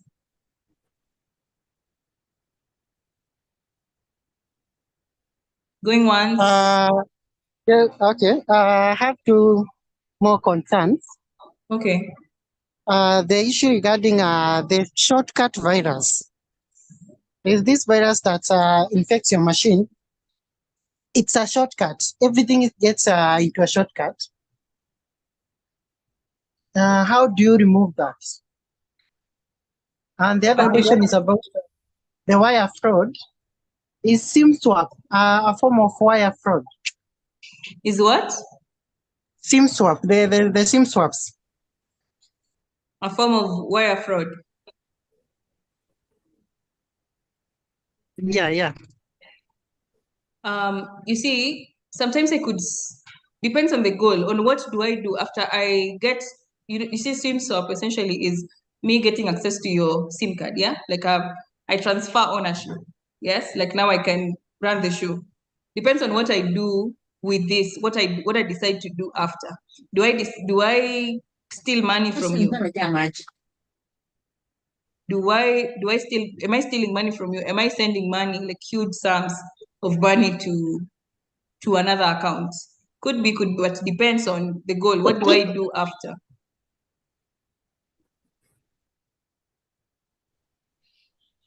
Any other questions, please? Thank you, Esther. Yes, Wilkista. Thank you so much for your session. It's quite informative. And actually what you're talking about is real. I think 2 weeks ago I had a problem. Actually, my computer applications, like I was using an Excel, and all of a sudden that Excel actually slowed down. And actually when I called like the ICT person, and he was not even able to find out what the problem was, because he was telling me that, we updated your machine with the antivirus just recently and it should be working well. So he could not even identify the problem. But is there a way that I can work on it by myself instead of maybe looking for an ICT person to come on my computer is there a measure that I can take so that I am able to work on my machine? Then secondly, there are those pop-ups in our phones. Sometimes those pop-ups that, your phone is full, you need to free up space. So what do I need to do so that to avoid those kind of pop-ups on my phone? To your first question, you're asking if you can handle the issue yourself, yes? Yes. And I'm answering it with a question. How skilled are you? Like, are you super skilled in computers? You see, sometimes, no. So exactly, now you still need an ICT. You can get to a professional, especially if it's a work computer. If you work from your device, just get to the professional for help. Just seek help. Okay. Don't be And, scared, just seek help, yes. And then your second question, the pop-ups. Yes, the pop-ups, you need to free up your memory, your phone is full. How do you prevent such kind? So one thing I think I might have failed to mention is the pop-up coming from your system, or is it a pop-up from Chrome when you open a browser? You know, sometimes it's a legitimate pop-up that's coming from your system, like your phone is full for real. So it might not, sometimes it's not an illegitimate pop-up. Oh, I think it's an illegitimate because mostly maybe if you open an app is when that pop-up comes up. Can you tell whether it's from the phone? It's like a system notification? No. Okay, the question is, if you check your phone space, when you actually go to your phone's space, files, what does it say? Do you have space or do you not have space? Okay. In that case, I think I've not checked. I never mind. I don't check on that. Actually, what I do, I ignore because, yeah, I actually ignore. Okay, then it's important, please check so that if you cannot tell whether it's a legitimate system notification or it's coming from a malicious source, please just check your storage, check if it's really full for real, because you might be ignoring and it's a legitimate notification that's telling you your memory is full. That's okay. I We'll have fix a that. question. Okay, Yes, thank Abdia. you. You're welcome. Yes, Abdia. There was Who's a speaking? time. Okay, There yes. was a time I had a problem with my computer. Then I was instructed to install a team viewer so that it can operate from that end. How safe is that? Who instructed you to install the team viewer? The company that I bought the computer from. The company you bought the computer from. Yeah. And then after that, were you able to see whatever they were doing? Yes, on I the was computer? able. Yes. Okay. So most times you see if it's if you work with if you're using your office laptop and they ask you to do that, the ICT team, they ask you to do that, you see that's on them because they have policies. But if it's your personal computer, I think it's important to know when someone installs TeamViewer, for those who do not know what a TeamViewer does, it allows someone remote access to your computer. So that means I can change a few settings. I can change a few settings on your machine from where I am. Like I don't have to be physically there with you. So for such cases, I mean, is this a person you trust? Because sometimes someone might call you to social engineer you, someone lies to you, that okay, fine, let me install TeamViewer, let me make this, let me set this for you, or someone is lying to you. So it depends on the source. I think it's Abdia. Abdia, was that your question? Yes. Okay. Are these people you trust? But from there, after I deleted, after we have done with the settings and whatever, I deleted the app. Okay, but that's I okay. could see it in the icon. Did you delete everything? Because sometimes you've deleted. When I delete it, it comes up. It what? Well, I have tried to delete it, but it is shown in the icon. From your machine? Yes. You've like right, left click, and then the options, and then you've deleted so many times. Have you deleted from the apps? There's a place where you uninstall programs, apps and programs. Yeah? I've not deleted from that.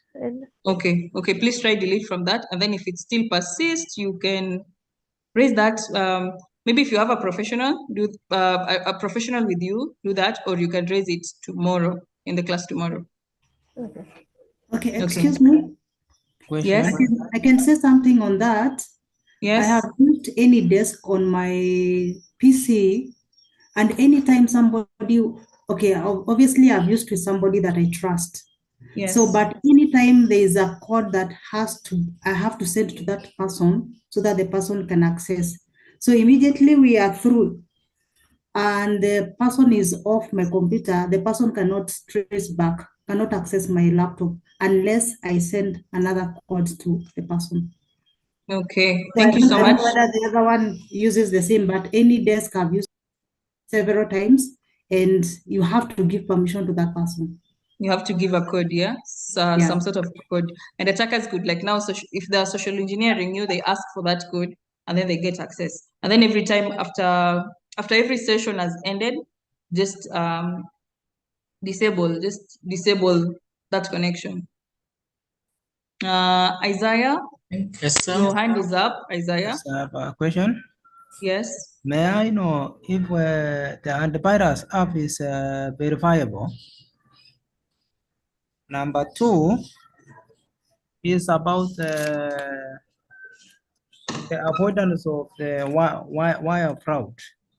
Because in most cases, those people in rural areas receive calls of the fraudulent calls trying to steal money or asking for money that, for example, they may call and say, your child or your daughter is sick somewhere, so may you send some certain amount of money so that we can assist him or her. How can we help those people in those areas? Okay, I'll start with the last question. The one, how can we alert? It's awareness, awareness, awareness, awareness. What we are doing right now, once if you're with your family, if you go home, in the rural areas, if you have someone, just always, it's education. We just educate each other. We are each other's keepers. We only have each other. At the end of the day, it's us against the attackers. It's us against the problem, not us against each other. So I would recommend, please, please, please, if please keep educating your people. Just keep reminding them, they usually, I see sometimes there will usually messages when, like there's an alert going around about how if you meet a small boy that's asking you to take them to a location, please do not do that because, they're leading you to a place where there's a gang, yeah? Awareness through messages, just create awareness. The solution to that is to create awareness. Always create awareness. Your family members, teach them, remind them even if they know. Because I believe some of us in this call, we knew about some things, but just keep, let's keep talking about it. Let's keep training our people.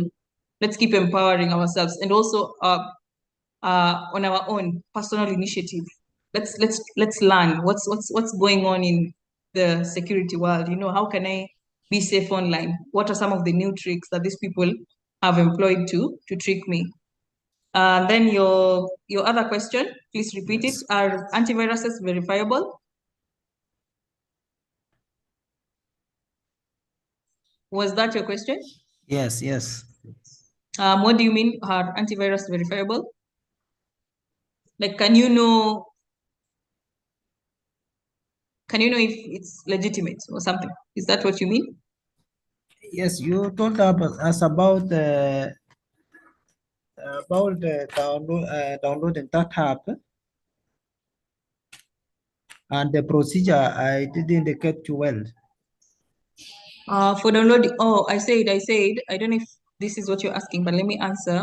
I said, when you're downloading apps, always download from, if you have Google Play, download from Google Play. You see, sometimes the apps that you download from just random websites, you do not know what someone did with that app before they put it there for you. So always download your apps from Google Play. And then if you have an iPhone, Apple Store. But iPhone, they do not allow other apps anyway. Like they do not allow you to download other apps from other sources. So that should be okay. So yes, download your apps from Google Play. Google Play. Yeah. Play Store. Google Play Store. Did you have another question? Okay, maybe if I can add. Okay, Derek. From what she said about TeamViewer and these other applications that enable access remotely on your computer, I think there's nothing to worry about. Yes. Since there's, you are the one to allow access for that person to use the application. So even if you have it in your computer, nobody can use it without your authorization.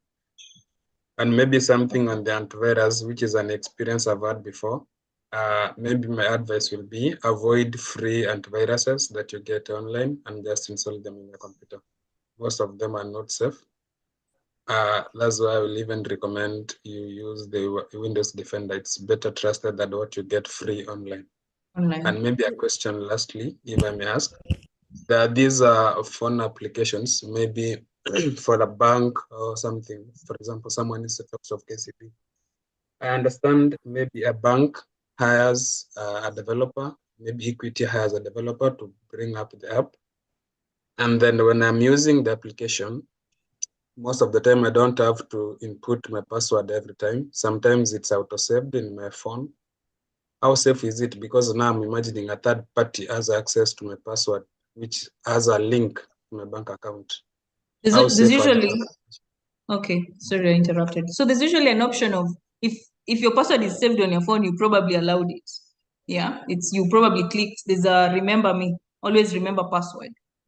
I think it's actually, probably that's what I'm because, saying. Is but it you're not safe supposed to. No, do not remember allow my it. Do not password? auto save your Because most of the passwords. time, okay. Do not How auto can save we your passwords. reverse that? Huh? How can we reverse that now? There's Maybe a place, there's settings. There's usually a place for settings. Delete all saved passwords. If your browser, do not, like we said yesterday, please do not autosave, do not save all your passwords on your browser. Because someone can attack you. If someone has gotten access to your browser, they'll have access to literally every service that you save their password on. And then there's one thing Derek said that I would like to repeat. Like I said, if something is free, if it's something is providing a service that's free, you're paying for it in one way or another. So please avoid free things. There's an incident that happened to a guy. He came Yes. to me, he said he has followed this link that people send to WhatsApp, that you will receive this amount of money, just click it. He clicked it and they followed the instruction, they communicated. They ended up robbing him 10,000 from his bank account. He came to me seeking an assistance that how can we now stop this from happening? That is that happened, and they have his information. So I sent him, because I didn't know what to tell him, I sent him to DCI so that they can assist him. Now, in this case, what shall we do in case such things happen to us or to our family member? And we heard that they are using Airtel number and not Safaricom. Why Airtel? Can't the government work on that line so that they can also be traced through Airtel? Okay, they can be traced. Can I contribute on that maybe before you respond? Sure. Thank you so much, Derek. Yes. There is this statement that I think I really like. Nobody is out there to give you free money. So for you to click on those links that are sent for you to receive free money, you yourself, you're corrupt and you risk being frauded. Actually, nobody out there is there to give you money that you've not worked for. So just avoid clicking links promising you money. They can give the money to their relatives if they have some. So you're not special to be given free money. Okay. Thank you so much, Derek. So to avoid those, number one, like you've said, please do not click on malicious links. No one is going to wake up and one day and say, okay, so today up there, I'm going to give you 50,000. You've done nothing, you're just existing, and I'm going to gift you 50,000. All I need you to do is to just click this link and then send it to 10 other people. Oh, please, no one is going to do that. If something is free, it's definitely at a cost, and the cost is it's always a bigger cost. Yeah. When these things happen, it's important to contact the authorities. Yeah, contact your bank. Like say if you've noticed a fraudulent fraudulent transactions in your bank, like you did not authorize the transaction, but you're looking at your statement and you can see that someone has sent 5,000 to a certain account. First thing, call your bank, let them know, like notify them, and then you can tell them from there. The bank, they offer the option of, freeze the account as they follow up on that payment, and then you change your passwords. Do not reuse your passwords, please. Once you have one strong password, do not use it for everything. It doesn't help you. Yeah. That's what I can say. Excuse me. Maybe one Yes. question before we proceed. There's something that I asked. I don't know if maybe I can get a better response on the same. Okay. There's bank applications that are maybe okay. For example, I've already been defrauded by someone who was using my bank application. So who should be liable? Am I the one who should be liable for the loss or the bank? Is there a law in Kenya that now dictates who should be liable for my loss? Because this application, I've been using it to access the bank. It even has the bank logo and everything. With this person, number one, this is let's go step by step. Number one, this is a legitimate app. Yes, you've confirmed this is the app from your bank. Yes. Number two, where did they hack you from? Did they hack you from the bank, or they came to you? They came through you. Okay, I can say maybe someone has access to my password. The way I said, this may be a third-party person who developed the application, who has my details.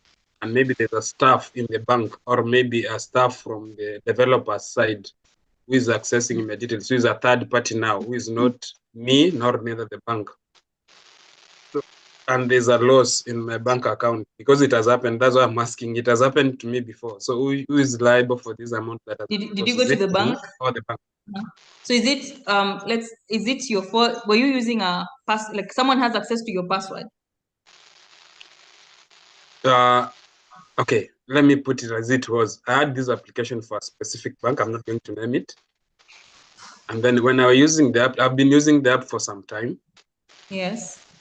Sending money, depositing money into my account, withdrawing money, buying airtime. And then all of a sudden, and a transaction was made. Going to the bank, I was told the transaction was made from my application. And I was one with the phone. So I don't know how it happened, but I lost around a sum of 4,000 shillings.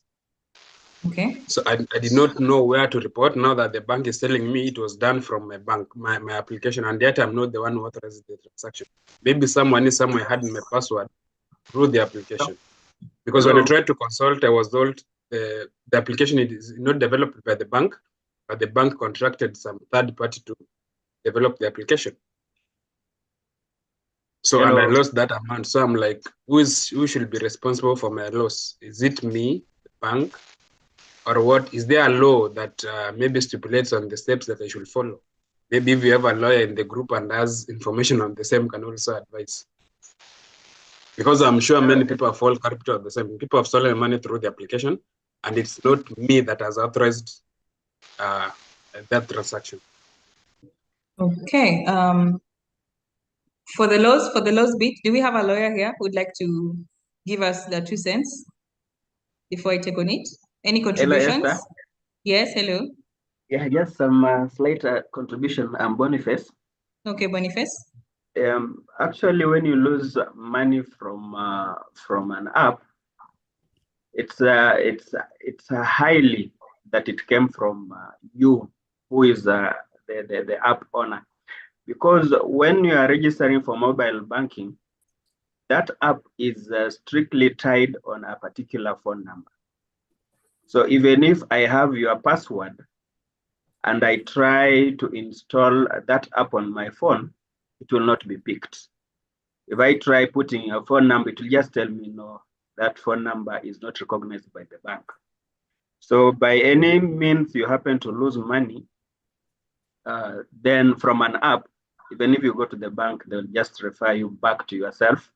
They'll ask you who's been using your phone, unless if someone snatched you your phone and then tried doing that transaction and then it went through, then that is the only point that you can say, yeah, you lost money, but you don't know how you lost it. But from the bank side, they are very clean because that number is attached to the bank. And if someone swapped your line, for example, that one can happen. If someone swapped your line and that person has your password, that will happen because you are no longer in control of that line. It's that other person. But if you are still having the same line, then it's unlikely that you can lose that money without you knowing. Thank you. Thank you so much, Boniface. Any other Excuse me? contributions before? Excuse me? Yes, Faustine? I tend to differ with him. I have two phones, and the same application for the bank I used on both phones. Same application, same bank account I use on both phones. So I don't think it's connected to the phone number as per se, as much as it will verify the phone number. So I think, okay, my point about the application saving the password, you can clear the cache on the application itself. And still, when if you send the application, let's say it's KCB application you send by a sender, and you send the cache, you might not need the password. It might log in without the password. If you send the cache, the history from your phone now, if you send to another phone, it will still work. Sometimes it doesn't need the password. So you need to clear your cache, and then maybe you can change the password.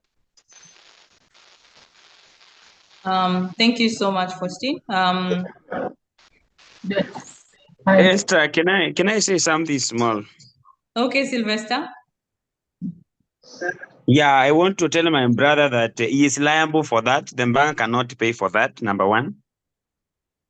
Number two, we advise people wherever they are that make sure that if you have that app, make sure there are apps that we download that have some security, that by the time you get into that app, there is another key that you can key in to enter into that app. Number three, it's not advisable for now because of the advancement of technology. It's not advisable now to have that app. You can just use the normal transaction to avoid that. Then the last one to advise on, there is some that has been reacted on that someone akiwa na namba yako ya simu anaweza, there is nothing of that. Now the last one, I want to tell you that, brother, that money was stolen by your close friend who has got access to your mobile phone, period. Look for people that are in your inner circle are the ones who manipulated and took that money out of you. So that is part of my contribution. Thank you. Okay, thank you, Sylvester. Vema, you want to speak? So maybe I can contribute something on that. Okay. The issue of the mobile application. So firstly, it depends on the number of cases that have been reported to the bank. So maybe if there are many cases, this is where secure development comes in. So this goes to all our developers. Maybe we should consider using not relying on the third-party APIs or the third-party source codes to develop our applications. Because most of these things that we use, maybe they had some vulnerabilities that were discovered earlier on, and maybe you should consider using the patched versions of the APIs or of the software that you are going to use to develop these applications. So in case it was a breach, okay, in case this breach happened to a large number of customers, the bank normally does the forensic analysis. So we have something called forensic analysis of cybersecurity as well. You're not very clear, Vema. There's a lot of background noise.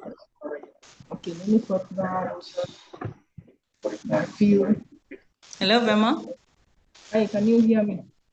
Not clearly. Okay, can now hear you. Okay, so in cybersecurity, you have something called forensic analysis. So the bank has some forensic analysts who do the analysis of the cases, and they can report on the incidences, or they can report on the findings that they found out from the incidences that they have that occurred. So in case of a breach, maybe you can reach out to the bank. Plus, as a user, it's upon you to maybe to comply to the advices or to be up to date with whatever the statements that the bank will issue. So one of them is enabling multi-factor authentication on all the applications. Then before installing an application, you should try to check if the checksum to the original application and the checksum to the application that you're using, if they match. If they don't, if they have a mismatch in the numbers, then you should raise eyebrows on yourself. Then you should seek some clarification, maybe to a trusted party from the bank that you are trying to install the applications at. But to be secure, you should enable multi-factor authentication because this will help you to prevent such breaches from occurring. Thank you. Thank you so much, Vema. Thank you so much, everyone, for your contributions. A lot of big words have come up from the contributions, and I'll just address a few that I can remember. So Vema talked about API. Vema, hello, are you still with us? Yeah, yeah. Okay, when you're talking about APIs, you are not super clear. Like there was a lot of background noise. Could you just repeat it a bit for our audience who might not be very technical to get that bit one more time, please?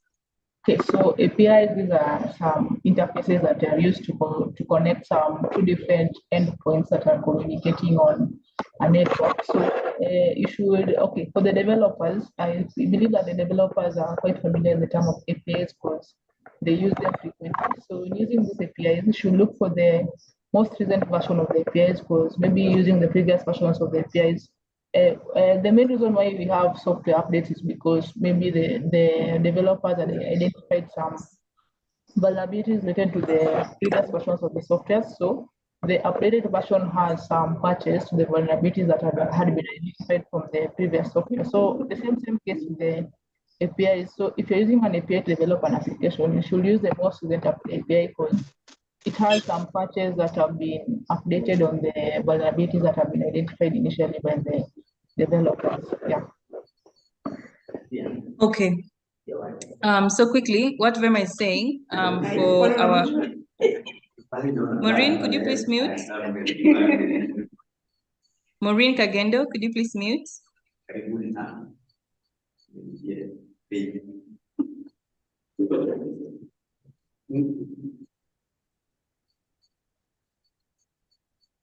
Okay. So what Vema is saying, APIs, if you are not like from a technical background, you know the way sometimes you go to pay in a restaurant, but then the restaurant can prompt you to make a payment via M-Pesa. Yes, but they're not. The restaurant is not M-Pesa, but they can prompt you to. Then you get a pop-up to pay, to insert to dial in your PIN, and then the payment goes through. That's what APIs. That's one of the things that APIs do.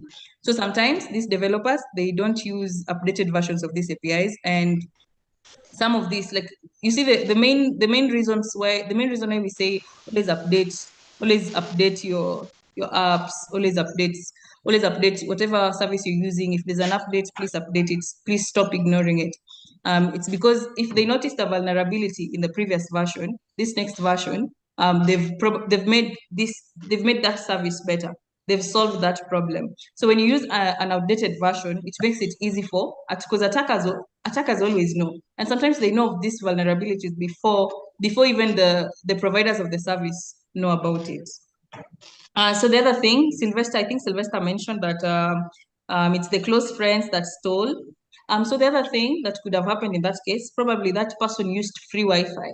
You see, the way if you use free Wi-Fi, someone can see all the pins. If you use free Wi-Fi to access your bank app, if you use free Wi-Fi to make a payment, you see, if there's an attacker nearby, they're just always going to see your pin in real time, and then they can once you're done and you've done your things, you see, they can also do that. They can also act like you, and because they know the pin, they know your transaction pin, they can go ahead and also make a payment, also send money to someone.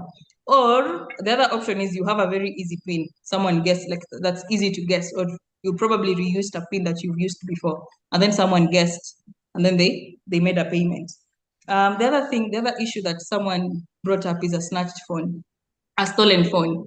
I think there's Safaricom have made it clear, very clear, that if you lose your phone, you can always block your line. You can call them and notify them that, okay, my phone has been stolen, and please block it. Then once you replace your phone, you can go replace your line. Yeah. So those are some of the measures that we can take to prevent such. When your phone is stolen, if you can remotely, I think Samsung has an option for that. You can remotely lock your device. If your device has been stolen, you can wipe out data on that from that device. If you have your, is it Find My Samsung? It's a Samsung, my Samsung account. You can access it via your laptop, then use it to control your device. The other thing is, oh, that's for stolen devices. Because you see, if someone steals your phone and you have a very easy PIN, most of us, we have our IDs, our national IDs at the back of our phone covers. The thing is, if I steal your phone, and my first guesses, if I steal your phone and I'm able to get through your password, my first guesses for your M-Pesa PIN, it's going to be your ID number, your national ID number, and then also my other guess would be your year of birth.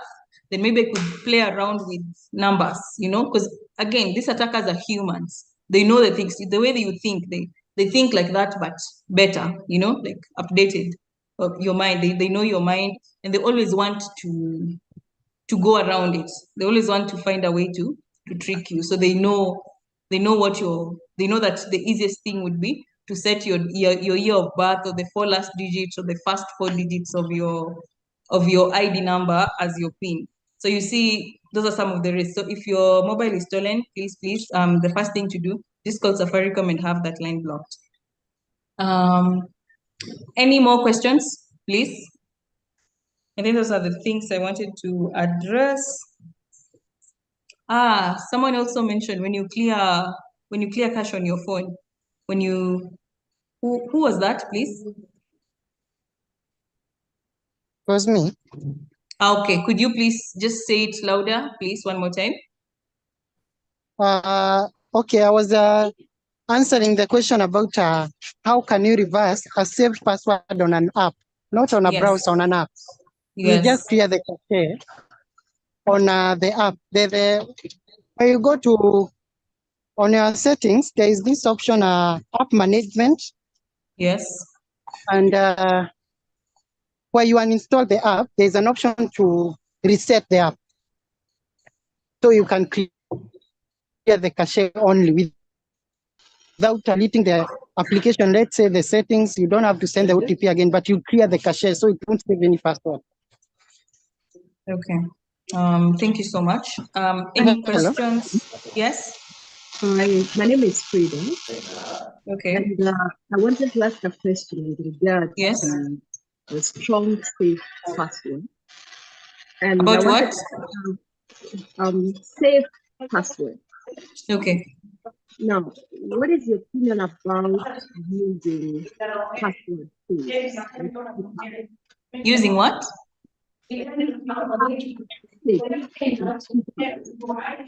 I cannot hear you. There's a lot of. Could if you're not speaking, could you please mute? It's not from my end. I don't have anything on. Okay, it's better now. I'm asking. Yes. We started talking about having a strong, safe password. What is your opinion about using a password safe to store your password, where you have like a master password? For example, when you use an application like a KeePass. So what you're talking about is password managers, yeah? Yeah, so I know when you... What? I know them as password safe. Okay. That's another name. That's another a very fancy name for them. So you see password managers. The good thing about password managers, you only have to remember one password. Like Dr. Frida mentioned, the master password. It's like you have so many keys you lock a room, but inside that room, you've kept so many keys to other doors. Yeah. So what happens is you only have to have the master key. And then once you open that, you can access all these other keys. Like I said, it's good to use password managers, but nothing is 100% safe. That's what I think, Dr. Frida. Okay. But it's good to use password managers to keep your passwords. But nothing is entirely safe. Nothing is 100% safe. Thank you. Okay, thank you so much for your contribution. Thank you, everyone. We're about to finish, I think. Just a few more slides. So this is on data privacy. So your data is valuable and sensitive your data is valuable and sensitive, and it needs to be protected from unauthorized access and misuse. From our conversation since yesterday, we can see that, you see, anything that identifies you, it's very important. It's very crucial that someone can use it to do something, and it needs to be protected. Yeah. So data protection, when you talk about data protection, we're talking about safeguarding your personal privacy, your financial security. As you've heard, we've been talking about someone accessing your bank app and someone stealing money from you, or someone making like a big transfer from your account without your authority, without your authorization. And then it prevents identity theft, which we've also talked about. Someone can impersonate you and then go, someone can use your phone. There was some time ago, there was a message I saw circulating when I was very young. We were told, please do not let anyone borrow your phone to make a call or send messages. So because someone would borrow your phone, then they use it to facilitate a crime. Yeah, they use it to maybe send a message to someone or even call someone and most of these people they're calling are criminals. So when an investigation is done, you are the owner of the phone. And then how are you going to convince DCI? How are you going to convince the authorities that it's not you who sent it? I mean, there's no way they would know. So how do you safeguard your data? There's so many ways of safeguarding your data. So number one, some of them which we've talked about, we've already mentioned. So the other thing is, the first one here in our case is minimize sharing of personal information. Only provide it to trusted sources when necessary. These days, when you enter buildings, when you enter, they ask for your name, they ask for your ID, and then they ask for your number. Yes, you write it in a book when you're entering a building. And you see, for some organizations, they're not very careful, they're not very keen to follow up, like, where does this book go to? After you've entered your details, where is this book going to? What happens for some people, I'm not saying for all for organizations that are not keen on their security, what happens? Someone sells this book to an attacker. Someone sells this book to someone who has malicious intent. Yeah, they sell this book, and this book, remember, it has your name, your full names, it has your ID number, and it has your phone number. You see, someone can use this information to social engineer you to do something. When they see that they have your ID. If I call you right now and I tell you your full names, I tell you your ID, and say if I've gathered some little information about you from the things you share online, from your LinkedIn, from your Facebook, from just all the social platforms that you're active on, I could use that to social engineer you to do something, because it would be easy for you to trust me if I have some information that you deem so personal that no one would know about. So always be careful when you're going somewhere. Only provide minimum, and this also applies to organizations. The law in Kenya, it says you're only supposed to ask for like minimum data. Like, it's not supposed to be so much, just very small, just very necessary information. Yeah. Do you need my name? Fine. So you need my ID for what? Always. And please, let's develop a culture of inquiring. Someone is taking your information. You have the right. You have the right to data privacy. You have the right to know where your information is going to be used. Yeah. And that brings us to the second point. Always read or ask the terms and conditions of privacy.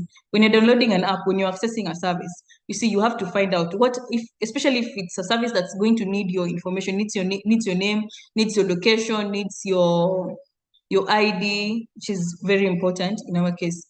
Find out how are they going to process this information? Are they going to, the apps that say that there are some terms and conditions that mention your information is given to third party, for processing. And then for how long are they going to keep this data? They've collected this information from you. Fine. This is good. They're going to use it for something that you need now. But then what happens after that? Are they going to share it with a third party? And then when they share it, they need to notify you. If those are the terms of the agreement, they need to notify you, because you have the right to be notified. So always ask, always read the terms and conditions. They're so long. I mean, it takes a lot of time, but always ask, what are you going to use this information for? If you have so much information on you. Also, when you're giving out information for a service, always weigh, sometimes it's not a service that you need so much. but that service, it requires a lot of information from you. Is it worth it? Ask yourself, is this worth it? And the terms say maybe they're going to keep your data for this amount of time. You know, some people, there's an app I saw when I was reading through the terms and conditions. It says they'll keep your data forever. You see, I mean, forever. What do you mean? And then they also say that they're going to, for every tech, they're going to use it forever, plus they're going to process it with other technologies that are yet to come. You see how dangerous that is. Technology is always advancing. I mean, there's so many ways, there's so many directions this could go. So if they're keeping my information to use it also for future technologies, that's a risk, yeah? Especially now that there's AI. AI is quickly advancing. The other thing, for organizations, regularly back up your important files and data to external drive or cloud storage. We mentioned this.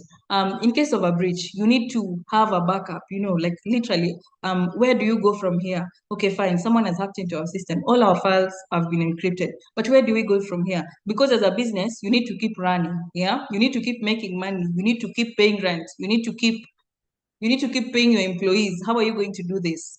Have backups. Have backups all the time. Have backups.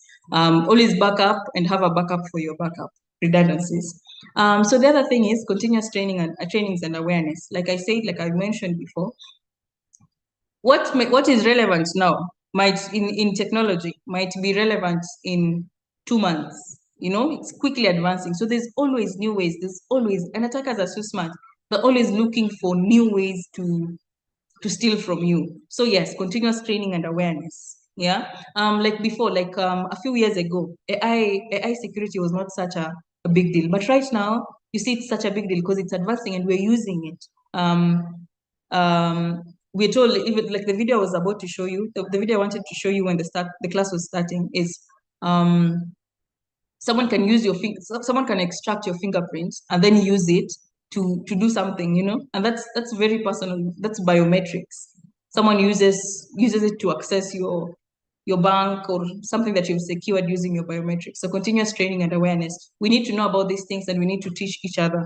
If I know something, let me share it with you. And if you know something, please share with your colleagues. And that, you see, if we continuous awareness, if something happens, when we said when you receive a call that requires you to take an urgent action, stop, you know, relax and verify, you know, ask someone that's near you. And you see, that other someone is only going to know about it through these trainings, through awareness.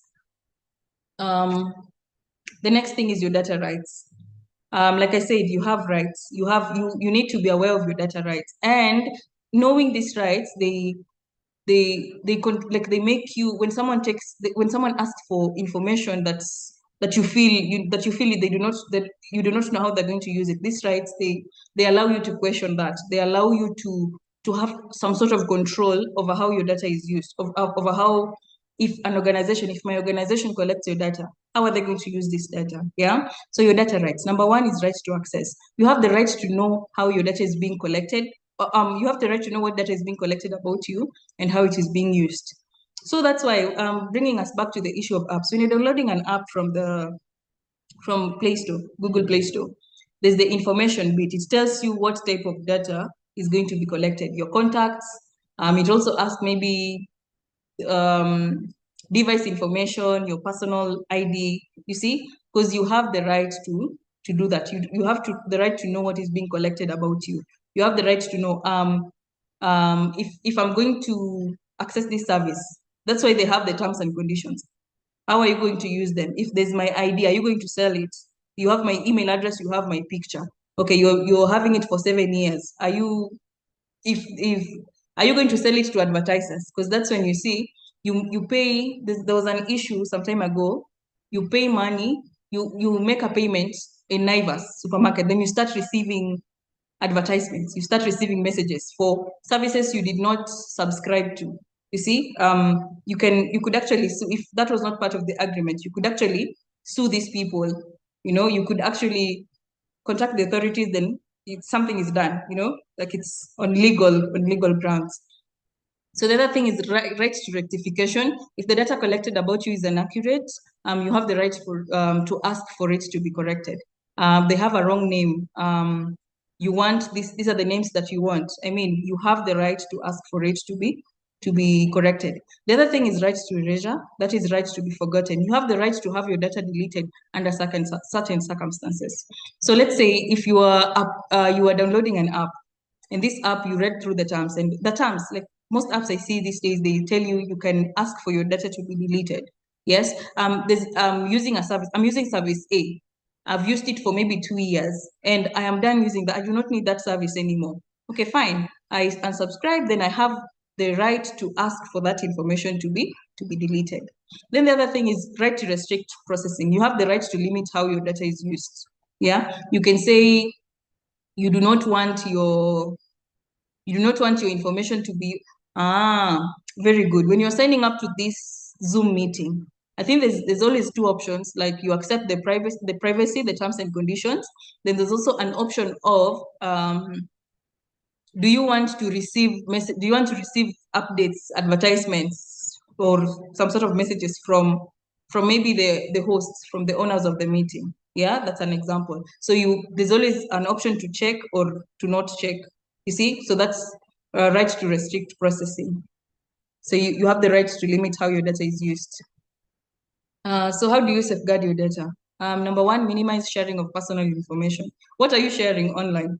Remember in yesterday's session, we said sometimes I could stalk you. I could just search, a simple search on the internet would tell me so much about you.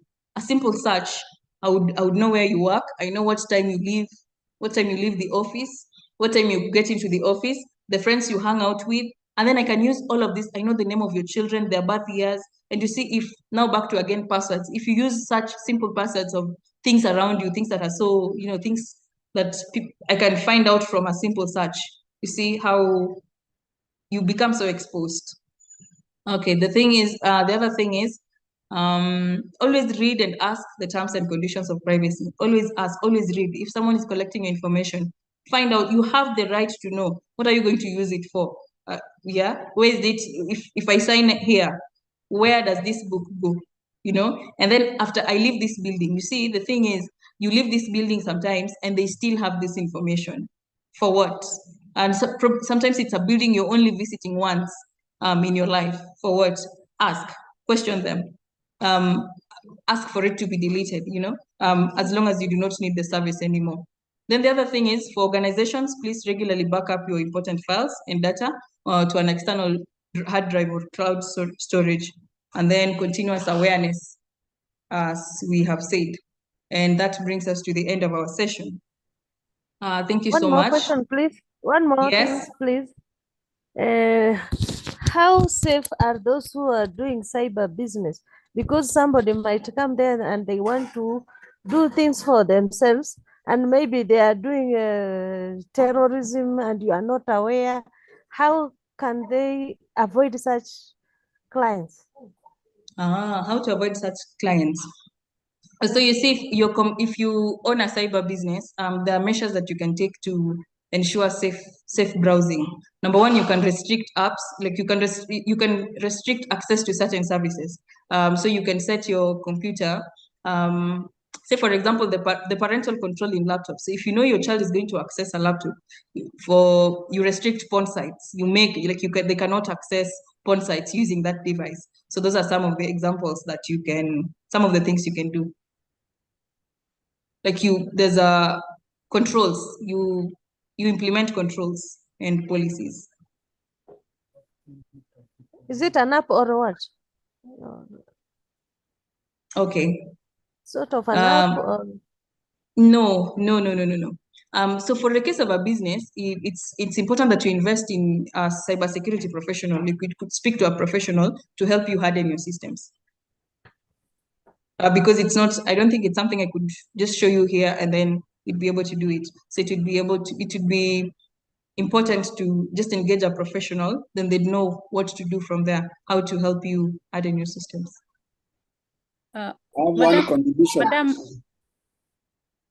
Madam Esther, there's something that was bothering me when we were doing about the Trojan and the malware and all those. I wanted to know what is the pen testers. I have heard that, but I don't know about it so much. What's what? Pen testers? Yes. Okay, so pen testers, in full, it means penetration testing.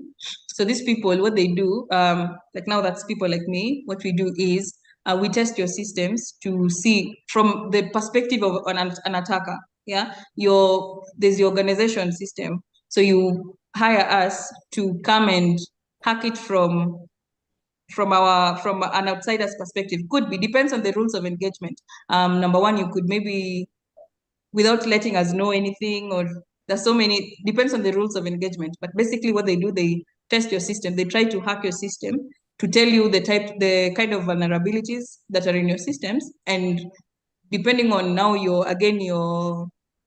your contract with them, maybe like secure what now from there we know we have threat A, threat B, threat C. These are the vulnerabilities in our system. These are the ways in which attackers can attack us. So where do we move from here? Are there recommendations? Yeah. Yes. So that's what pen testers do. They're ethical hackers. The people they hack you, but with your permission. Yes, that's it. They hack you with your permission. Thank you. And other hackers, they hack you without your permission. Yeah. And then when they hack you with your permission, you see they don't use that information for malicious intent. Okay. That's what a pen tester means. Thank you. Any other question, please? As we maybe to share something, Esther.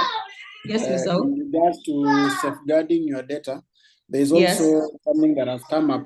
Whenever those doing job hunt, someone picks your credential from your CV, and then they call you, they ask you, they even mention all your names, where you work, because they have all your information about where you work. So, and then maybe they can pretend we worked with you some 2 years ago in an organization. So at least by that, fully this guy really knows a lot about you. So now then they ask you, will you mind getting me some 3 ICT guys? In an organization where I joined, we need 3, and I thought of you. So what do you think? So now you'll be so quick to get the guy 3 people, and then you'll call them. You will even schedule for some interviews, and then later on the way, the team that you referred in the midst, they are asked for some amount, because they realize I know who referred me to you, and I really want you to get this job. So they need some medical documents, and it's urgent. What do you think? Will you send me this amount? I get it for you, or you think you'll wait? So they put you in a position of panic, and if you check it well, you are referred by a very close friend. So it looks like a very good deal. So I realize also people are mining data from our CVs, the one that we send all over. Yeah, thank you. Thank you so much. That's true. People are always trying to get information from everywhere. And like we said, that they're going to rely on things that are personal to you, your desires. Yeah. If you're job hunting, you're desperate for a job, yes. And then when that day that they call you, you're like, oh God, finally something is coming through. Finally, something is working.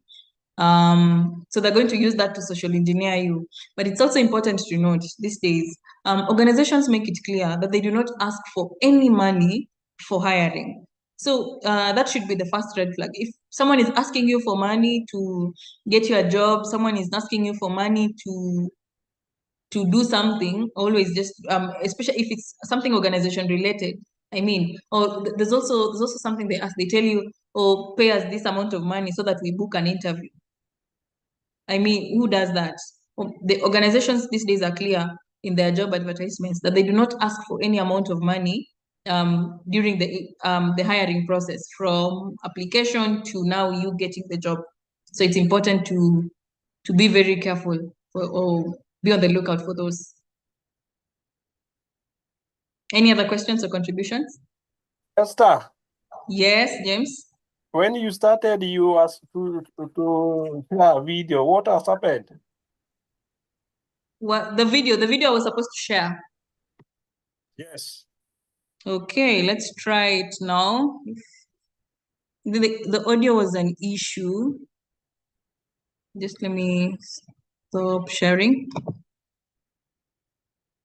Okay. No, pause share.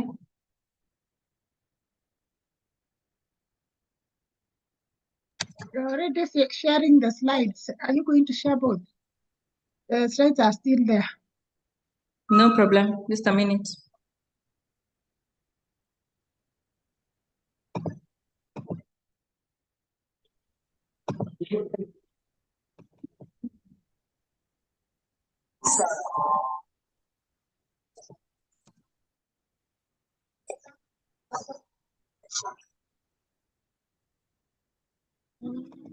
Sure.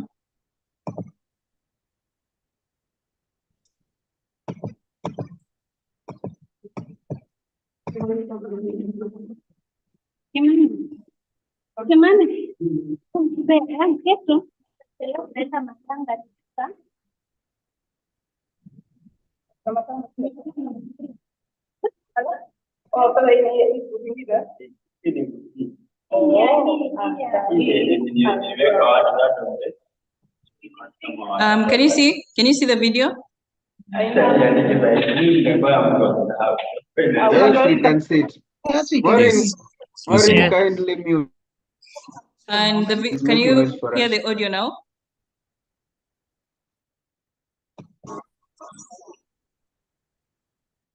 We can see, but we cannot hear the. Cannot hear the No, we the audio. cannot hear anything. Oh, Kindly you share cannot the hear the link. audio. You Yes. Just the cannot hear. video. You can see the moves. The Ah, request is you could share the link on the chat. okay. And then we can give you a break. A wonderful job done. You don't have to keep you here for us to watch the video. Okay. Thank you so much.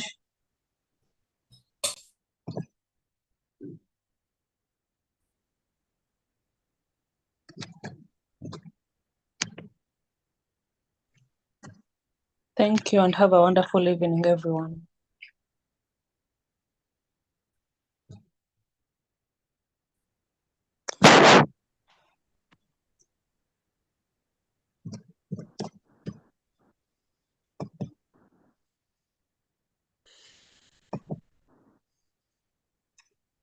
Thank you, Madam Esther, and thank you, everyone.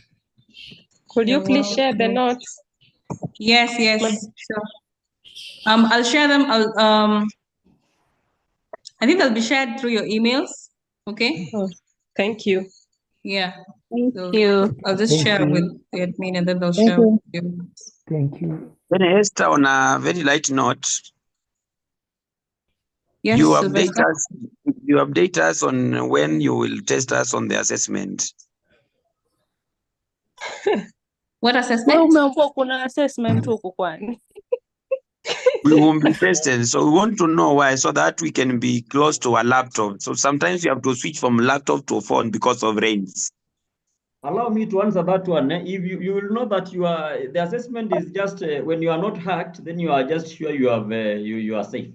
You'll have passed the exam. Oh. Yes. I'm saying. No, that is the assessment. I've not heard you clearly. I'm saying that at times we switch from a laptop to a phone because of rains. So it's good that we know the time so that we can make some normal adjustments. Yeah, so I've not heard you clear. There is no assessment. We can assess ourselves depending on whether we are hacked or not. Yes. Thank you. Esther. Esther, you are laughing. Sylvester, I think the test is please go create a strong password and don't share it with anyone. Also try change your I'm very password. much answered with the capital letters. Okay, Actually, okay. Thank you Madam so Esther much. is right, because that before the question. start of this session, there was something like a Google Doc that was to be shared for us to respond to. I think that's what he's talking about. Ah, Before the Yes. issuance of the certificate. I think that's what he's talking about. okay. Simon, could address that. Hi, Esther. Hello. Yeah, I think the certificates will be shared using the email addresses that you used to join with on the link. Yeah. Thank you. Simple as Okay, that. thank you so much, everyone. I think I'll share the link with Simon, and then they can share. They can share plus the slides. Okay. The slides and the Yeah, right. Okay. Thank you so much. Have a very good night. Thank you for being here. Thank I'm you. blessed and good night too. Bye. Thank you. Bye bye. Thank you, Bye. Esther. Bye. You are blessed. Bye. Thank Everyone. you. Esther, more blessings. Okay, okay. Remember to connect with me on LinkedIn. Okay, bye-bye. Bye. Bye.